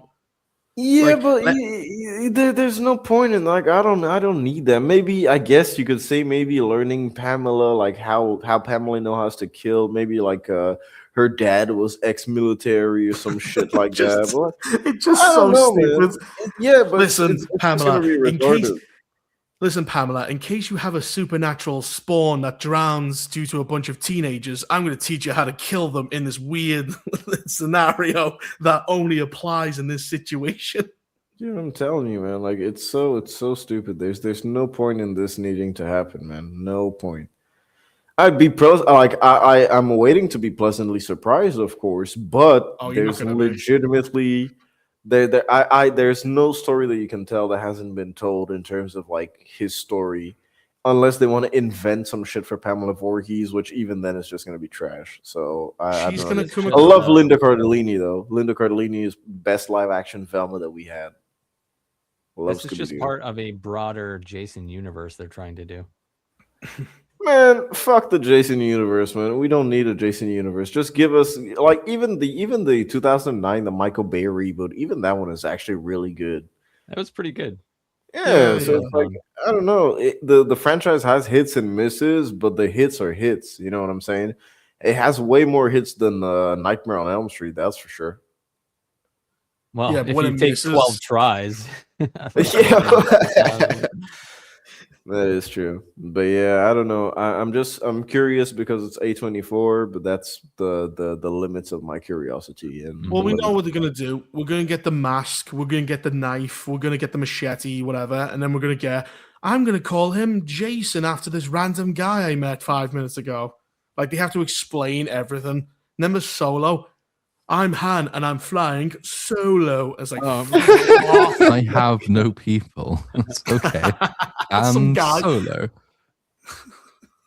Just like That's how he got his name. Some fucking ticket inspector just gave him. I don't know, man. Like, I'd like to see A24 do an actual slasher, maybe a revamp or something, like a reinvention of the slasher in a movie, rather than see them do. I wish A24 got a hold of Halloween. Fuck nah, bro. That would have Just been better than let Halloween. Halloween die. No, I mean like instead of what they did do. I'm all Halloweened out now. I mean, that Halloween new die. trilogy is fucking Halloween- ass. honestly, I liked has the ended. first movie. The first movie of the new trilogy, I liked it, but then the rest. but- Wait, was that the one where the doctor basically says you need to breed with Michael to make a super race of people? Was that the No. one? What? No, that's one in was that? that's part 6. Oh, because I was like, Myers. who? I was like, what the fuck is? Why would you? What super race? It's a fucking.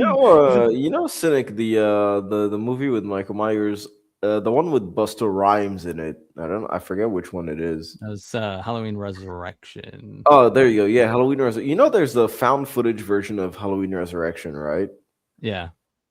Dude, I actually think it's more entertaining than the actual movie. Like the found footage. I think it was version on the is special good. features of the DVD back in the day. Yeah, dude, you can find the full thing on YouTube now. The full 40 minutes. It's pretty dope. That movie was the sucked so first- much ass.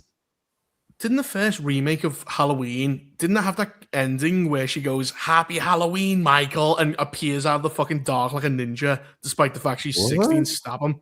What? Remember he gets into the remember Maybe in that's the Rob Zombie version. I don't the know. Halloween remake, the first one. You know what it ends with him in the basement and the thing's on fire. Oh, and then yeah, the second yeah. movie, that was awful ending because I just remember what's her name, the woman who's like 60, fucking Oh, Jamie Lee Curtis. Jamie Lee Curtis. She just goes "Happy Halloween, Michael" and comes out the fucking dark, and I was like, she's not fucking. I was like, what the fuck is this? A 60-year-old ninja attacking Michael Myers.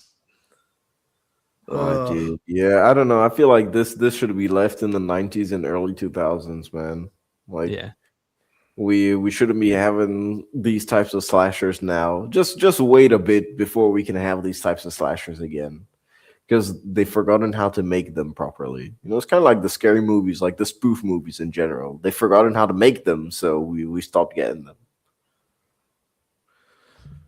Well, yeah, there's just A24 is really it's like well made, but like their movies are just it's a flip of a coin, dog shit or quite good. Mm-hmm. Definitely. Yep. Yeah, I think this is going to be dog shit. All right. What other slides do we got? Next slide. Oh my God! Fast and Furious. 4 new live action Fast and Furious TV shows are in the works at Peacock Oh, too. fuck no. Yeah, baby. We get Friday the 13th and fucking Fast and Furious. 4? Why 4? Are we going to get those? Each one's going to get a prequel. We're going to learn how Vin Dipshit got his car. We're going to learn how fucking. Dude, but we already know. Like they gave us the backstory in what was it? Fast and Furious 10. Like they gave us the flashbacks of him and his brother working with his dad and everything. It's like they went to space. Oh my God! In Yeah. number 10, and the Chinese have to rescue them because they really wanted that box office. So Oh yeah, it's true, dude. Fast. Yeah, I think it was Fast 10. Fast 10 is one of the only movies in my entire life in which I got up out of the theater and went to take a piss mid-movie, dude. Because I was like, I don't give a shit about what is going on right now. The theater was empty too, dude. It was literally just me and my brother-in-law. And he was having fun. I was like, dude, I don't give a fuck about this. I'm like, yo, this is garbage, bro. And I love the Fast and Furious movies. Legitimately, crazily enough, all right, Fast 5 is objectively the best Fast and Furious movie. It is so good. It is so fantastic. Oh, if the franchise ended at 5, it would be peak. If the franchise ended at 7 as well, absolute peak. But then 8 and 9, 8 was like, all right, we're kind of bordering stupidity right here. And we were already, on the verge of stupidity. 9 was like, fuck, this is really retarded. And 10 at this point was like, damn, this is like super, super stupid. didn't he Didn't they do a fucking spin-off with The Rock and Yeah, Jason they did, Statham? man, and it And just had nothing to do with cars. dude, It that was like was absolutely crazy. Like they had futuristic Tron level bikes, and I was like, "What the fuck is going on? This isn't even the real world anymore." It was basically The Rock versus Idris like Elba, yeah. the Terminator Idris Elba, and I was like, "What is going on?" It started off as like a Sting movie. Like we're gonna like there's a gang of drivers who work for the criminals, and we have a guy who's gonna infiltrate them for the FBI.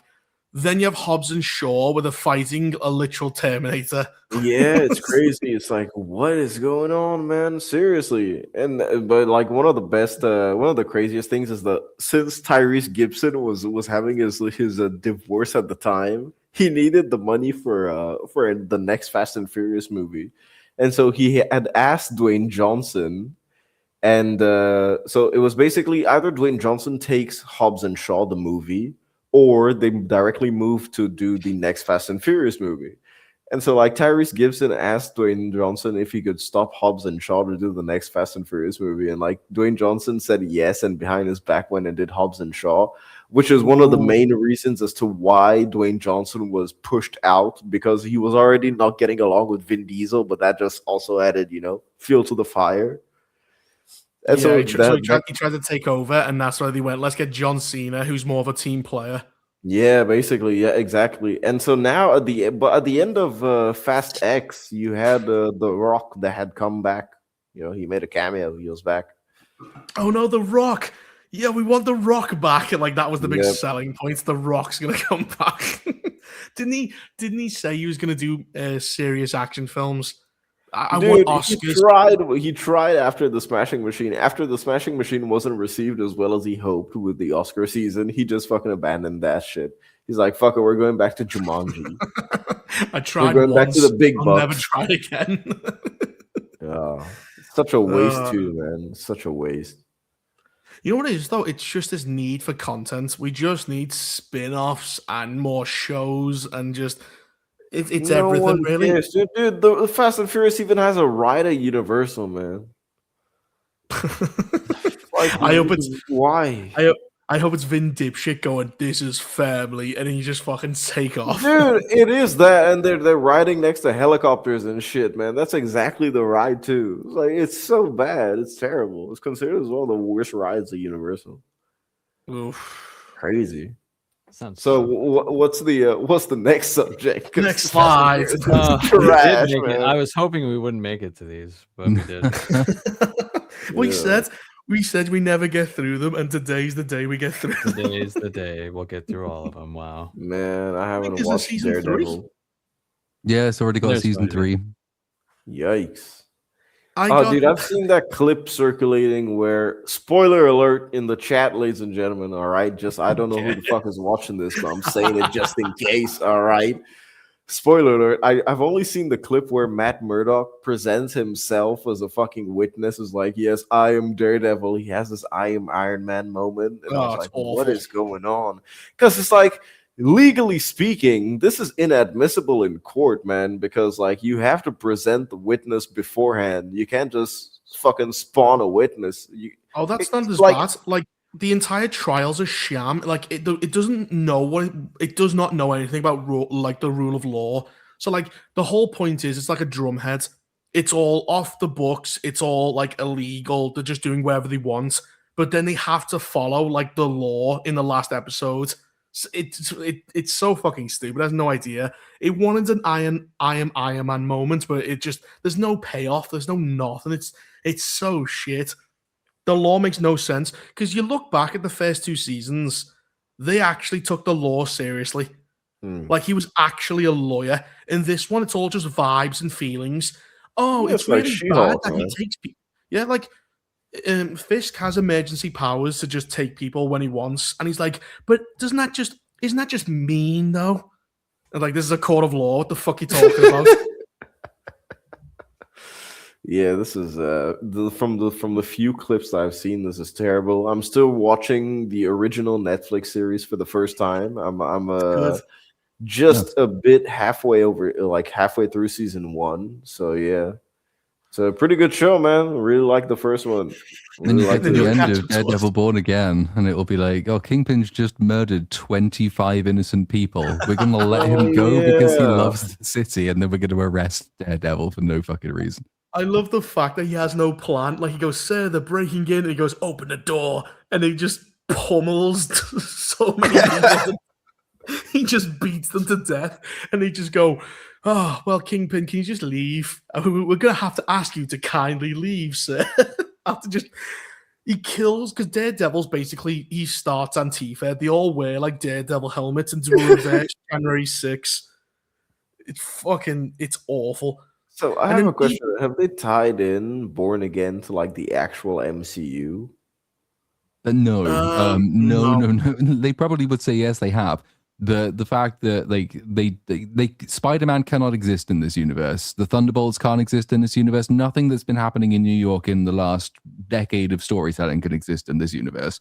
So Yikes. no. So do you think that if they reset anything in like Doomsday or Secret Wars, do you think that they're gonna keep the Daredevil Born Again like timeline because it's No. just because the show is working so well for them?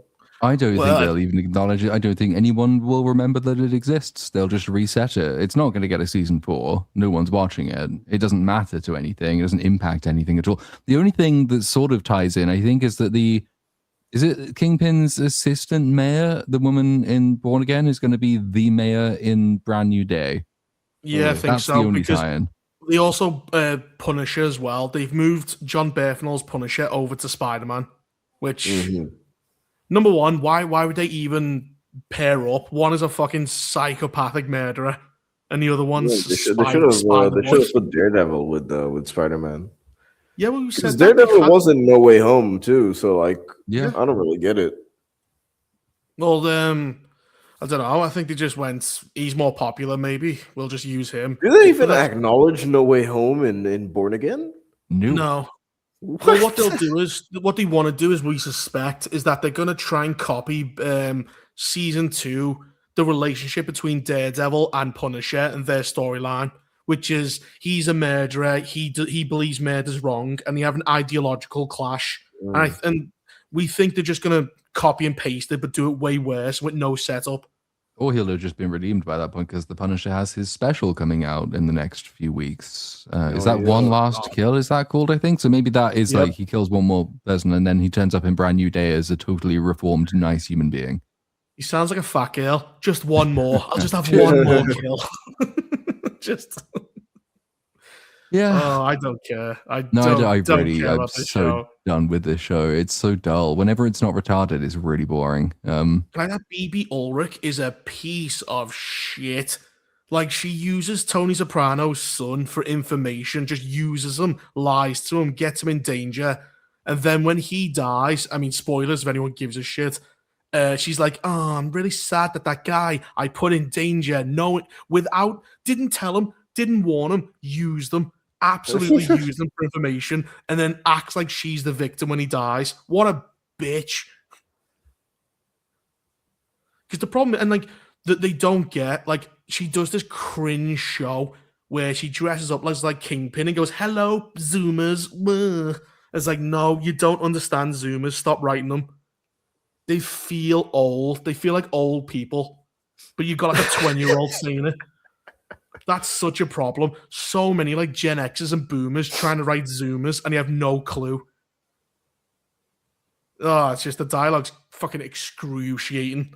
What's that talisman she has? That fucking nobody knows. The white tiger amulet, the magic amulet that doesn't stop people being shot in the head and doesn't seem to do anything, in fact, but she has it. So now this fucking 3'4" midget is the white tiger, whoever that is. She's in the big battle scene. She doesn't do anything though. So yeah, the previous white tiger does nothing, gets shot, and that's the power to attract bullets. Oh, what a shit show! Yeah, we said before, it's like it's setting things up, but they go nowhere. Yeah, like what was the fucking Laszlo? They have him as the swordsman, and he kind of goes, "Yeah, I give up," and just wander, and just never. Does he ever come? He doesn't come So back, does he? have my bank card with infinite money. Goodbye. And then that never like the fact he's got infinite money doesn't make any difference to the show. Yeah, like it's pointless. Like, it's just so. I hate the show. Yeah. I hate it so much. I think the difference between that and The Boys is, I don't know. I hate them on both two different levels. I think The Boys is more smug, but I think It is Daredevil's more more smug. boring. I also sort of get the sense that The Boys kind of hates itself. And so we agree on something. So I don't hate it as much. Well, no, I think it's worse because I think it's become a mockery of itself. I think it's lacking self-awareness because they keep saying, because there's like a clip from Gen V going round where he says they're sacrificing characters to do these setups, and I'm like, that's what season 5's been completely, to set up the prequel series. Like the next episode is the last one, and they've set nothing up. Like they're gonna do a Kimiko kills Homelander, Night King versus Arya situation because the actress said she wanted that a few years ago, and now it looks like that's what we're doing. You know, it's weird because I'm thinking about series like The Boys that's ongoing, which I've seen already all 4 seasons, but I'm just not really wanting to delve into the 5th season. And then I just compare it to other TV shows that I'm currently watching, like From. And for example, From is an objectively bad TV show, but for some reason, I'm glued to my screen every Sunday night wanting to watch From. Whereas, keep in mind, this is something that's been going on for 4 seasons right now. And the 4th season is like each episode, like 1 episode per week. And like compare that to The Boys, which I've seen everything, but I just don't want to get into it. It's like, where do you like lose me as a viewer in this situation? It's like, on the one hand, you're objectively bad, but you're entertaining. On the other hand, you're still objectively bad, but you're insulting. So Yeah.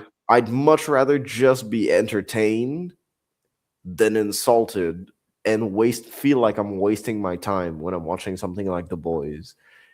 And it's crazy because like I don't even know who's watching The Boys, but it's getting crazy good numbers in terms of ratings. I don't care. Like I just don't. Like the show's stupid. Like it generally retcons everything. Like season 3, you have Butcher going, "Stay away from my wife's son," like the fucking cook he is. Then in season 5, he's like, "You know what? I know I defended you against Soldier Boy, and which cost me my revenge. But how about you do a suicidal kamikaze attack against them? You know, just saying." And it's like, well, what's the point? There's no. I've actually been going back and watching it. There is no consistency. Zero. Characters flip-flop every season. Their motivations. They finally learn a lesson and then they forget it next season. Then they learn another lesson and they forget that one as well. It's like everything resets every season. And the reason why is because they're not characters.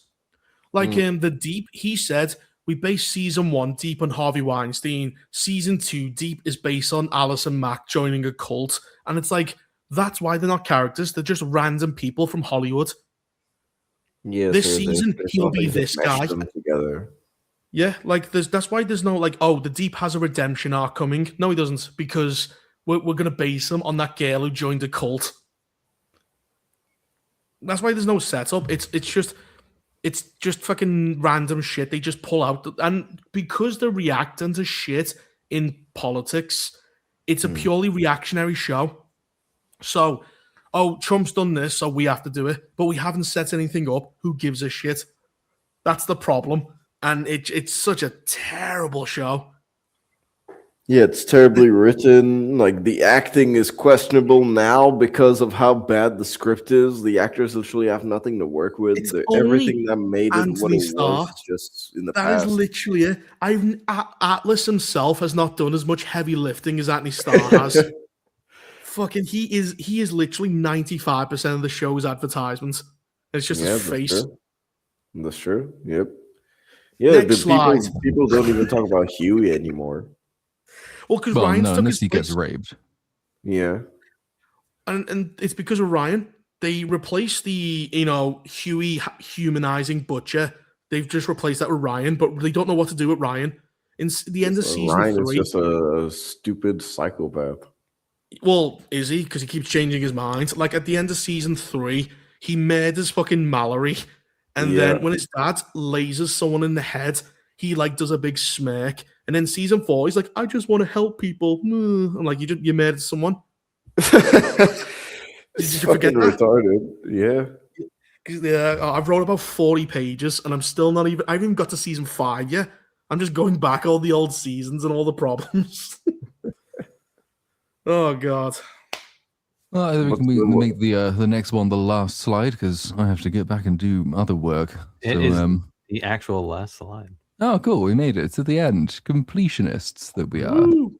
I saw Nice. this. Yeah. So, like, I know Alan Cummings has said before that quite often he's fighting against people he doesn't even know who the people he's fighting against are. But now it turns out that they're actually calling them other characters to make it even more confusing.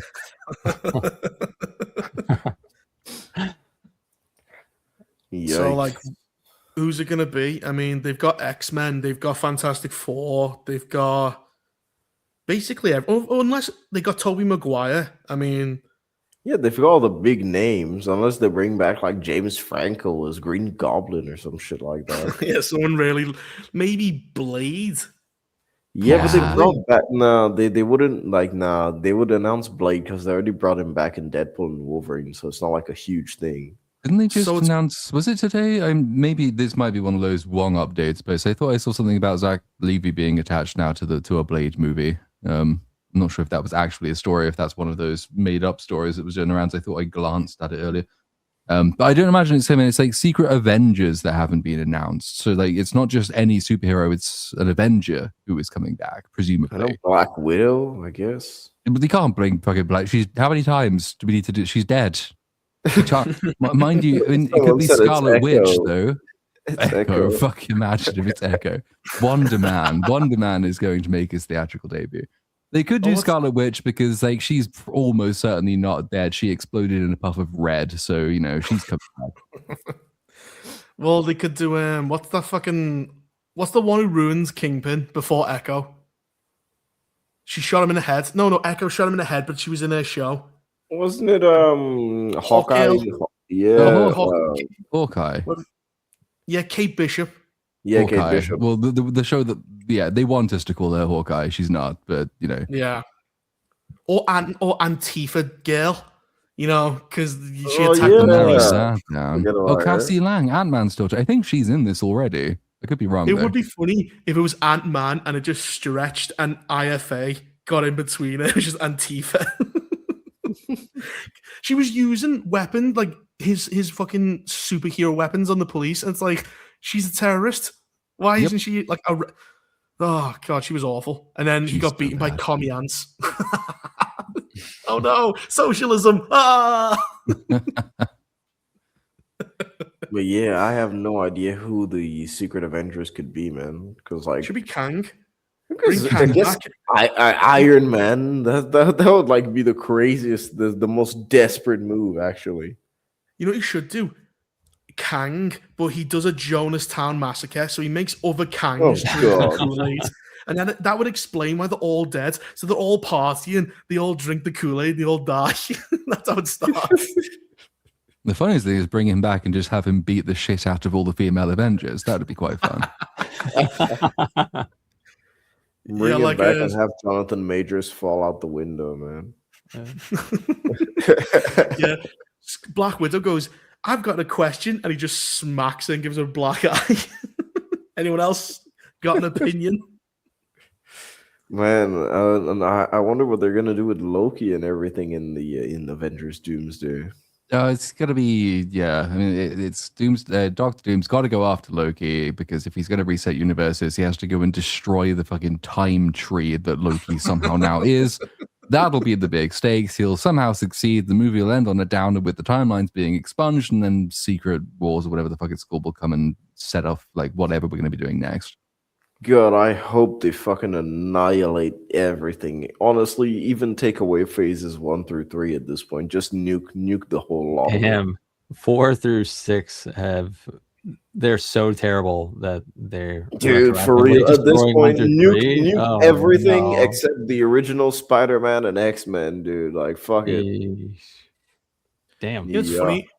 They have a bunch of setups. Like White Vision is just out there, and he's He's done just there, nothing. dude. He's supposed to be there. getting a show is still TV coming. show. Yeah, Vision Quest, right? Is the one. Mm-hmm.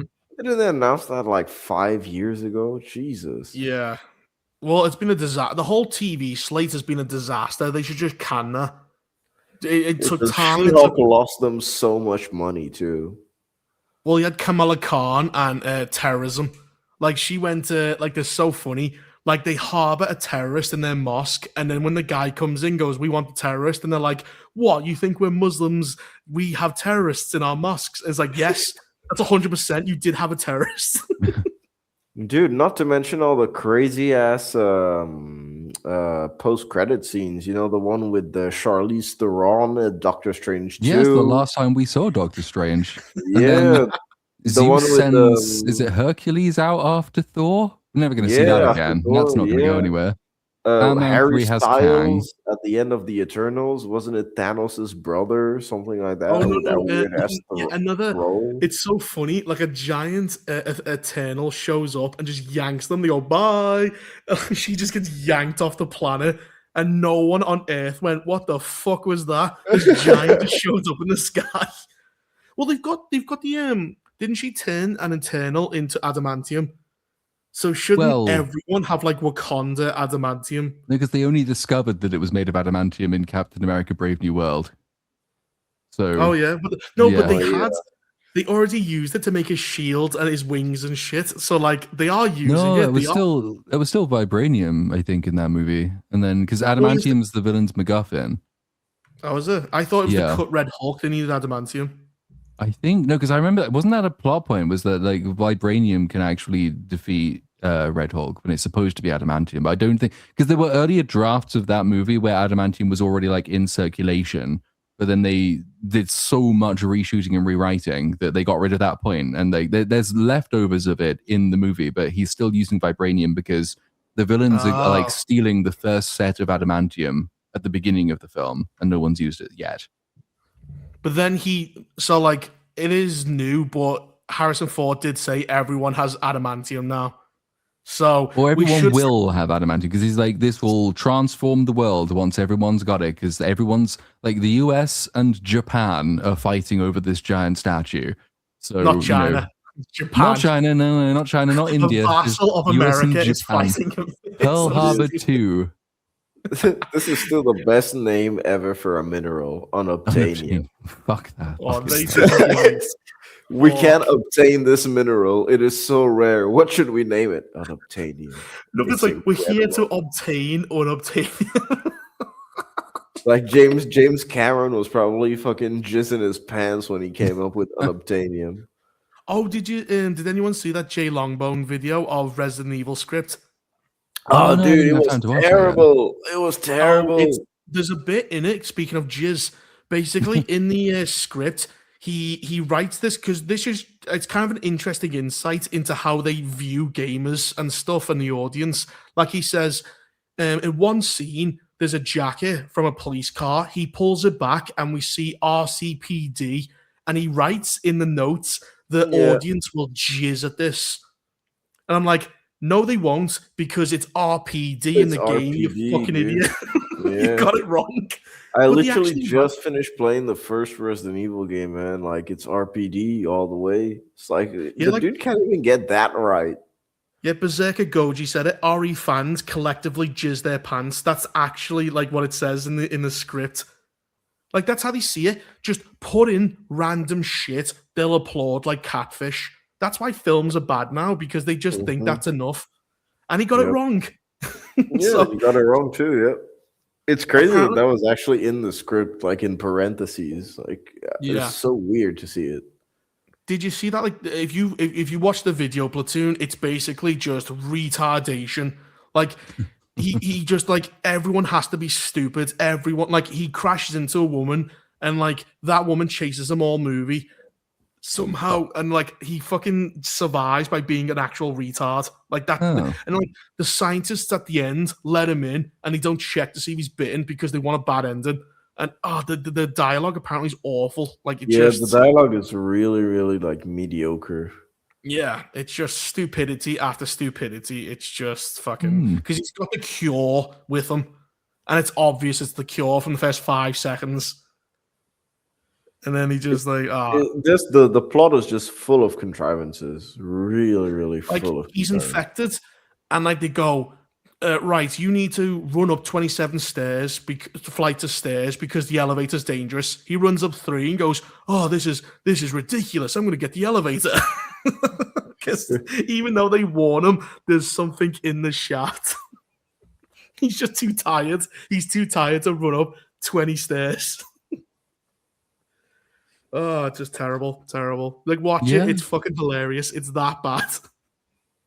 That's coming out this year as well, isn't it? That movie? Yeah, I think. I'm looking forward to it. Yep. I believe I just September. checked. Vision Quest is rumored to be out late this year.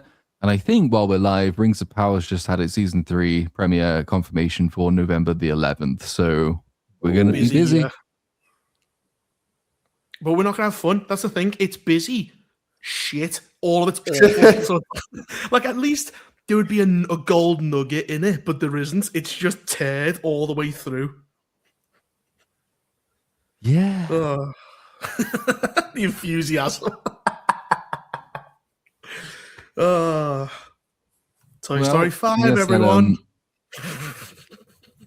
Brings us to the end of the topics for this week. We actually did get through the entire load of slides. So, and that's Right. that's how you know there's nothing to talk about, is when we actually go through all of the slides. TGV Monster kicks us off with $2. Hi, everyone. Good seeing all of you. Good to see you as well. For another $5, Met Garda losers all look like bosses from Dark Souls. I would go there dressed as a UFO with an alien holding a sign saying you're all weirdos. Yeah, but they'd assume that you were being genuine if you did that, and you would have like the most normal costume there. Dude, I saw the costume of Heidi Klum. Like, there's a picture of Heidi Klum's costume. It's fucking terrifying, dog. I think I sent it. You know what? I'll show you guys. I'll send it in the BSUP chat, dude. It's so scary. It looks like it came straight out of a horror movie. She's not the one dressed as the Statue of Liberty, is she? Yeah, it is. Yeah, I've seen that. It's, Oh, dude. Peter Bitrackle, $4.99. Well, all it took to catch you guys live is a debilitating injury keeping me out of work for 8 weeks. Well, damn. Ooh, Sorry about the debilitating injury, but happy you're here. And I guess that means 8 weeks of no work. So assuming you still get paid, have fun and relax. I like the idea of not working. You have to try that one day. Pie Guy for £5. Mortal Kombat was fun. Snuck a few beers into the cinema and had a good time. It's made me so much more excited for Street Fighter. There may be some disagreements here about the funness of Mortal Kombat, but I'm looking forward to Street Fighter. Honestly, the trailer sold me really, really well. The combat looks solid. I think it's going to be the same problem. There'll be too many characters, and the story will be just fucking unfocused mess. Like, it's fine if you don't give a shit. I feel like they learned from the first Mortal Kombat movie, and these guys are nailing it. Mortal Kombat didn't.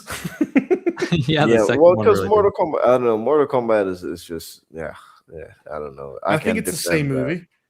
I think it'll be basically the same. Like, if you don't give a shit and you just want to watch fights, fair enough. But like, there's too many characters. Like, you need to focus on just Ken and Ryu. Maybe I think that's what they're gonna do, dude. I don't know. I feel like at least Street Fighter from the trailer of Street Fighter, it looks like there's an actual story that's at play. Yeah, but you've got Chun-Li and Vega. You've got fucking Bison. You got too many. Is it 50 Cent plays Bison? I can't remember the names. Who's the guy who's like a Nazi? Is he Bison, isn't he? Or because the Japanese call him a different name, don't they?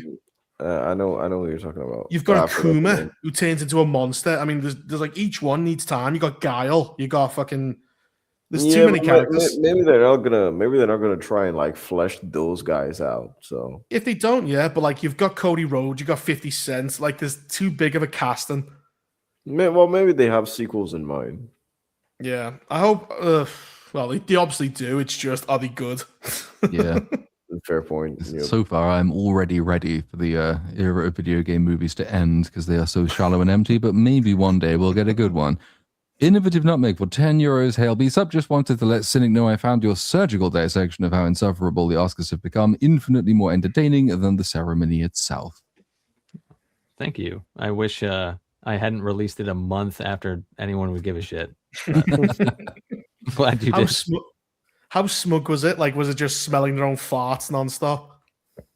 Oh yeah, but I went into like how I don't know, like how we actually used to be invested in the Oscars and how that slowly slipped away and what it's become now.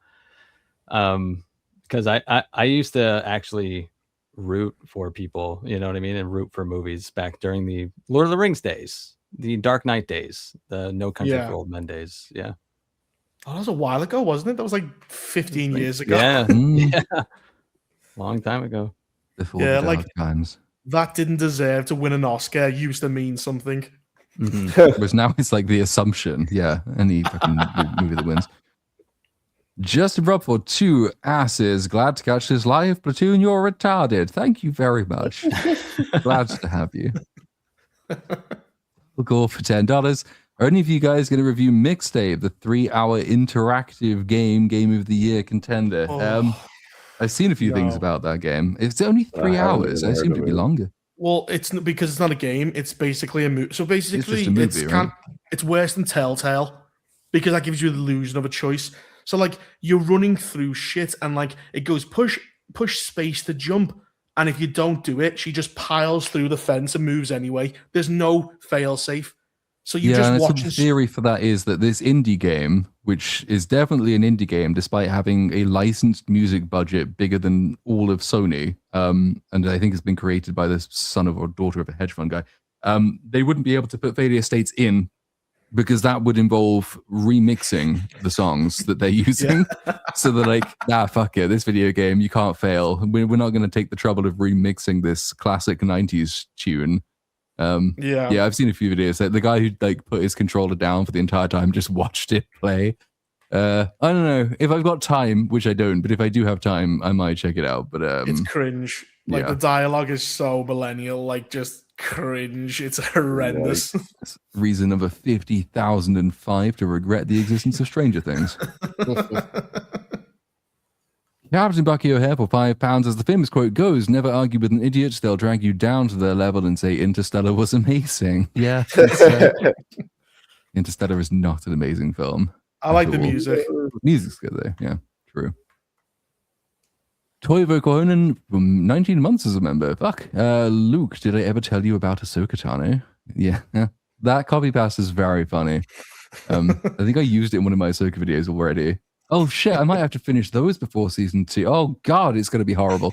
I hope you weren't reminiscing fondly about running a train over Ahsoka and her lightsaber shaped like a dildo. She got captured every week like a porno plot. Papa Pumpkin for $5. Star Wars using a baby character to distract from what it does wrong seems oddly familiar today. Wonder what that could possibly be in reference to. Yes, babies are useful shields, as it turns out. Internet drama, isn't it wonderful? The Masterpiece PD for €10. When I turned on the movie, I thought I was watching Mortal Kombat 2, not the local dog show. Those ladies, aside from Katana, were ugly, am I right? Anyway, how was your weekend? Like what they did with Jade, like Jade is like fucking, she's got olive skin and big tits. This one, let's make her a bald Asian with no tits. Yeah, it's the weird. one from Weird choice. Intergalactic, the Heretic Prophet. Oh, I thought she looked familiar. I just assumed that all bald women looked the same, but it might actually be the same woman. Too. Yeah. Yeah, so like if you didn't like her in this, you definitely won't like her in the next Naughty Dog game. When's that coming out? Has that got a release date yet? Probably next year. Yeah, well, the problem is he keeps delaying it because Neil Cookman's a fucking psycho. I think it'll be 2017. I think because it was going to come out this year, and then people basically went, "This looks terrible." Yeah. He went, "Actually, no. Let's push it back and polish it more." Damn, so yeah, 2027. Ground all those poor VFX artists to death for no reason. But at least it's not coming out this year because this year's packed enough as it is. Corvo the Crow has become a YouTube member. Welcome, sir. Big T for $4.99. Andor was supposed to go for 5 seasons and spread that money out, but since not many people saw it, they were only given 2 seasons. Still insane, though. Yeah, no TV show should have that amount of money spent on it. It's unnecessary.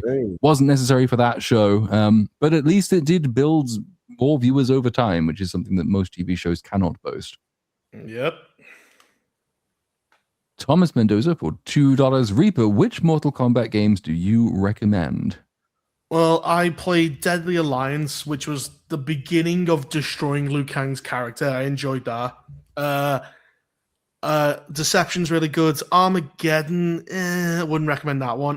The first few Mortal Kombat's are good, the arcade style ones, 1, 2, and 3.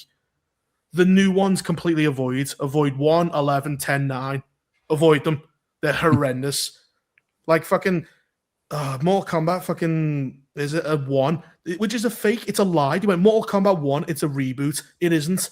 It's a continuation of 11, but worse in every way, and it becomes the multiverse. So you have every character fight every character in a multiversal clash, and it's fucking dreadful. Oh, it's awful. But yeah, like you want to go for like 2004 Deadly Alliance. That's one of my favorite games. Mm-hmm. Not a wagon for $9.99. Hi, Platoon, love your work. You're one of the few YouTubers that I can listen to for hours, which is amazing given how retarded you are. Thanks for giving window lickers everywhere hope to sound intelligent. That's what I'm on the platform for. I need to give hope to the neurodivergent people everywhere. Speaking of, Otterly Noah has rebranded. He is now Noah the Otter. That's going to do it. Wash the stain of plagiarism off you by a slight reordering of nouns. Because I've just caught up on the drama, and I'm like, fuck it. What a disaster. It's all moved on now. This week it's Chrissy Meyer, Melanie Mack, and the Quartering. I've only seen the problem is I'm out of date. I only got to the orange part where we find out he's stealing content. Like what's it's like episode 2. I'm only on episode 2. How far ahead are you? Oh, there's like 6 more episodes now. It's releasing almost like 2 a day. It's quite dramatic. Very funny. Yeah, I just watch streams and I just put them on, and then what's he done this week? It's like a car crash. Well, Chrissy did a not apology stream last night, so that was the latest episode of the drama. It was just like, this is the accountability stream, and then you log on, it's like, wait, why have you got like 2 of your pregnant friends here? Do I get the sense maybe you're looking for support? And then she begins by saying, people bullied me into doing this, but I'm sorry if you feel upset. You bullied me. No. She already at the beginning says, I don't want to do it. This is just not how you apologize for doing stuff wrong. Jesus Christ. But so she's making lots of money off of it, so at least that's, good for her. Oh, that's funny. Ross K. Wolford, $2, watched Mixtape, the new IGN movie, the new movie that IGN gave a 10 out of 10 yet. Yeah. That's the other because IGN, the sort of people who will like say Pragmata might be a pedophile game, like, yeah, also this game with a teenage tongue mashing mini game, that's 10 out of 10. Like, go fuck yourselves. You're not games journalists. That was so creepy. At the end of it, I think it ends with her going, I will burn this whole thing down. Like a big empowering girl boss speech. I'm like, bet you tenner, the IGN people were just wanking themselves off watching this. Dude, like Scary Movie. Out about Mixtape, man. Jesus. Like, you remember Scary Movie? And the guy gets fucked and he glues Cindy to the ceiling and he becomes a skeleton. He just loses all his calories. Watch it if you haven't seen it. I know what you're talking about. Corvo the Crow for $4.99. With the state of casting, I say we circle back to silent films. I don't think that's going to improve Mark Ruffalo. You know what's mad about the casting of The Odyssey? There's no Greek actors. I know, yeah. None at all. Representation doesn't extend to the Greeks in their own fucking mythology. It's like Civilization 7. We've done the Greeks, so we can't play as them anymore. Oh, God. TGV Monster for $5. What is a good example of a show that went on too long? For me, Supernatural overstayed its welcome for 10 years. It's cannibalized itself by the end. Yeah, I mean, Supernatural is cool, man. Burn notice. Friends. Daredevil. Yeah. Basically everything. Game of Thrones. Lost. The Office. Honestly, The The Office for me, man. Those two last seasons were unnecessary. Yeah, that applies to like Parks and Rec came back as well, I think, to do an extra thing. It's like that should not have gone on for a 7th season or whatever it was. Most TV shows probably go on too long. Yeah, SpongeBob. The movie's great though. I love the SpongeBob movie. That's fun. No, yeah, I love it too. With David Hasselhoff. Yeah, the others don't exist. Ministry of Dinosaurs for 50 plums.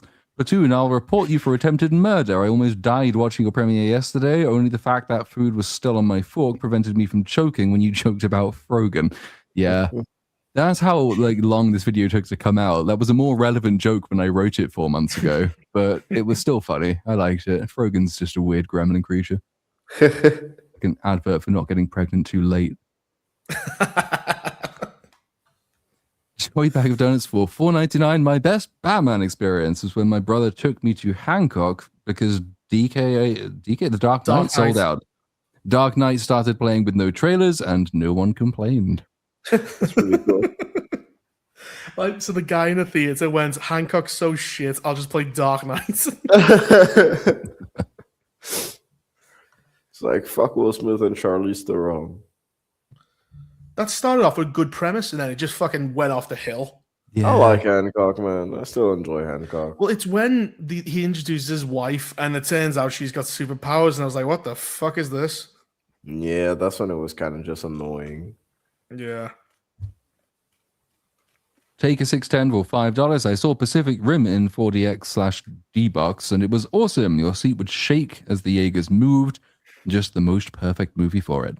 Oh, dude, yeah, I would have loved to watch Pacific Rim in 4D. Holy shit. You're Actually does lucky. sound kind of fun. Yeah. Yeah, dude, especially with the Jaeger shots where you're inside it. I could just imagine the seats moving at the same time. That would actually be really cool. I might try and get like a 4D showing for the Gundam movie and the seats just sway with Sydney Sweeney's tits going left and right. But I don't know if we have. Do we have 4D in this country or are we too poor? No, I think maybe you like the guys most have 4D. richest areas. Not where I am, but like maybe like central London. Dude, I have 3 different cinema like houses here, and only one of them does 4D, and it's super expensive. Only one of them does 4D and IMAX. It's like that's it.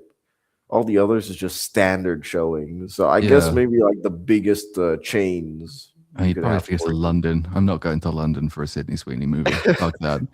Because my local cinema, like the luxury seats in my local cinema have a cup holder. That's what makes them luxury.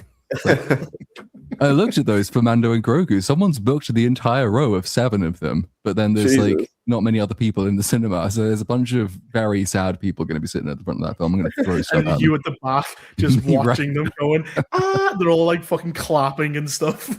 It was much fun judging them as the movie. You'll watch them more than that, yeah. Robert Thumes for $1.99. Jason is canonically a Deadite from Evil Dead. I wouldn't be shocked, yeah. Deadites are cool, man. Danish cartoonist for 2 asses. Let Reaper say his sign off when the stream ends. No, we've got that game. No, because yeah. you get overwhelmed with super chats and try and quit. I'll say it now. Fuck you. There you we'll go. Try and bring it back at the close. TGB Monster for $5. Thank you for everyone who checked out my comic book series Living Dead Hunters on Webtoons. It's hit over 800 views. Nice. Everyone who hasn't already checked that out, go and check it out. Living Dead Hunters on Webtoons. It's actually smarter to advertise on YouTube than like pay like thousands of dollars for like some fucking TV nobody's gonna watch. Probably is, yeah. People sort of tune out TV ads. Yeah. Get my char for 2 casses. Here's money for the show. Keep on sword fighting. Nice. Been doing much sword fighting? I guess we're the 4 Musketeers at this point. True. got rid of the diverse ones, so now it's Well, there's one more left. and the 4 become 3. Louis Palau for $4.99. Is there an explanation to how writers create a character to be despised, but it ends up being beloved by the audience? For example, John Walker or Soldier Boy. I think it's that the writers are depraved human beings. So what they consider villainy, normal people consider heroism, and what they consider heroism, most people consider villainy. Which is why, Well, I'll just say they know, like, it's a very interesting thing of they don't actually understand it, so they have to make a caricature of they have to make a straw man example of what they hate. But as you said, because they're evil, what does evil hate? It hates good people. Yeah, I mean that is the most stark example is that Falcon and the Winter Soldier. So like what? So you're saying the guy who won 4 medals of honor and goes out of his way to save people, putting his own life, he's the villain. Yeah. And the guys who broke his arm and stole his shield and support terrorists, they're the heroes. He carries the terrorist like an angel going, and he goes, thanks for killing the terrorists. He goes, you gotta stop calling them terrorists. Then 5 minutes beforehand, she blew up a hospital full of people. I love that show. But he goes, you have no idea how complicated this is. He goes, you know what? You're right. And that's a good thing. His ignorance is a good thing. True pop culture for $1.99. Platoon, do I need to see Daredevil Born Again 2 to understand its EFAP? Probably not. No, Fringy will do a good job of talking you through what's happening, and it will be a longer experience than watching the show, so it depends. You'll have more fun watching the EFAP, and the information will be contained within it. So, I wouldn't recommend anyone watching Daredevil Born Again. Ministry of Dinosaurs for 50 plunds. Cameron didn't come up with unobtainium. It's an engineering term for a hypothetical material with, at the moment, impossible properties. Aluminium is one of the first unobtainable materials. The problem is, though, in Avatar, it is actually a material. It's not hypothetical. It's real, and they are trying to obtain it. So it kind of it doesn't. Yep. It's not the same use of the word. Well, we never hear its scientific word. Like they never call it this, and then its nickname is unobtainium. No, I think it's just called unobtainium. Yeah. And then apparently there's a deleted scene in Avatar 1 where they first introduced the idea that the Earth is dying, even way back in Avatar 1. They forget to mention it in the theatrical movie. And unobtainium is like some superconducting thing that unlocks infinite energy and could feasibly save the planet. So I was criticizing it from Way of Water onwards for trying to get humanity killed, but it turns out that's been the idea from the beginning. They just cut it out of the first movie. So that's another reason to hate that stupid soulless franchise. Oh, you just did the 3rd movie, didn't you? You just released the video. Yeah, only a few months late, but that came out. I'll have to watch that. Liam Perrott for 5 asses. Platoon, who do you support in the Premier League? Surely Arsenal have the title now. Any thoughts on the end of the season? Unfortunately, I think Spurs are safe. It's Spurs, though. You can never rule out Spurs doing the most Spurs thing imaginable. They might still find a way to relegate themselves, and Arsenal might still find a way to lose the league. So that'd be the funniest outcome. It would be. So it's probably the one I support. And finally, at least for now, Fate 5157 for 2 nzzz. Good morning, lads. Great day today. Good morning to you over in your weird fake time zone. That just about does it, I think. So we'll just find out what everybody's up to, and then we'll all fuck off. So, Uninspired, what is coming up for you? Nothing much, man, really, to be honest with you. Still just working on my next video, which is going to be on Paranorman. So yeah, they'll be out by mid-June, hopefully. Cool. Reaper, what's coming up for you? I'm going to do Mortal Kombat 2 and then go on holiday, so I won't be here next week. Where are you off to? You need to dox yourself on holiday. Oh, Budapest. Nice. I went, give me the whitest place you can. Anyway, Budapest. Because they have a strict immigration policy. I'm like, yeah, I'll get in. They speak German as well. Yeah, that's always sus. It's this very strict immigration and German speaking. The old wave. It's like a full wave. It's kind of like the hand stays still. You'll fit right in. Have fun. Cynic, what can we expect coming up for you? I am doing a Mortal Kombat review as well, and I was saying backstage, tomorrow I start a real job in the real world because I'm bored, Yeah. and we're gonna see how long that lasts. 24 hours. Maybe. It's like The a month second they until tell you summer who's movie done. season. It's you're coming off the boring part of the year into the exciting part of the year. That's true. So it might last a month. We'll see though. Yeah. Well, it's an excuse to get out of the house. I could do with one of Indeed. those. So Mortal Kombat for you. Anything else, Yeah. or is that the main one? And a video about how everything sucks. But when I Nice. say everything, I mean like everything sucks. Yeah. Everything, Life. like life, the universe. The Yeah, goth just everything, video. man. And what about you, Platoon? What are you doing? I don't know. I don't Life's think I can be. empty. Yeah, I've just finished a video and I have no immediate video because I can't find Animal Farm. So it's like, what am I to do with my time? I'm just gonna sit here and stare until I find something. Can't do Mortal Kombat because that movie just is the antithesis of thought. So probably not going to be doing a video on that one. If I can find Animal Farm, I'll do that. If I can't, I don't know. Maybe The Boys deserves a video at some point, or Oof, that's a big I don't know. video. I know That's a that's the lot of problem shit. because I want something I can do in a week, not something that's going to take me 3 months. So, yep, we'll see. But otherwise, if all else fails, fucking Mandalorian and Grogu's coming up in a few days' time. So that's definitely on the agenda. Yeah, 10 days. 10 days' time. Fuck me. Ugh. We do have one final, very nice, quick, brief super chat from Joey Bagdonis for $4.99. Who's everybody's favorite philosopher and why? What are their top 2 quotes? Jesus Christ. Leslie Nielsen, with great power comes bitches. Can't really beat that one. Yeah, I think I don't Leslie Nielsen know. has it. Marcus Aurelius is good. Aristotle's good. Can't think Yeah, of but quotes his off the top of son- my head. His son was a fucking nutcase. So it's like, oh, I'll take your advice when you raise your son properly. Communist was a fucking. You should do this. Take your own advice, Marcus Aurelius. All right, you're a bad dad. To quote Bill and Ted, man, Socrates. That's it. No supper cats. So weird. Oh well.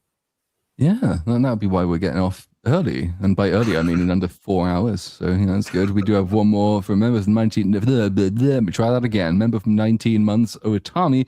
More trivia when? That was fun. No immediate plans, but that was good fun. So we'll have to definitely revisit that. Probably once Jedi Brooks' computer has stopped being fucked. Yeah. That does it for this week. Thank you to chat for hanging out. Thank you to panel for hanging out. We'll be back probably this time next week. So yeah, we'll see you then. Goodbye. Bye. Bye-bye. Fuck you. Bye.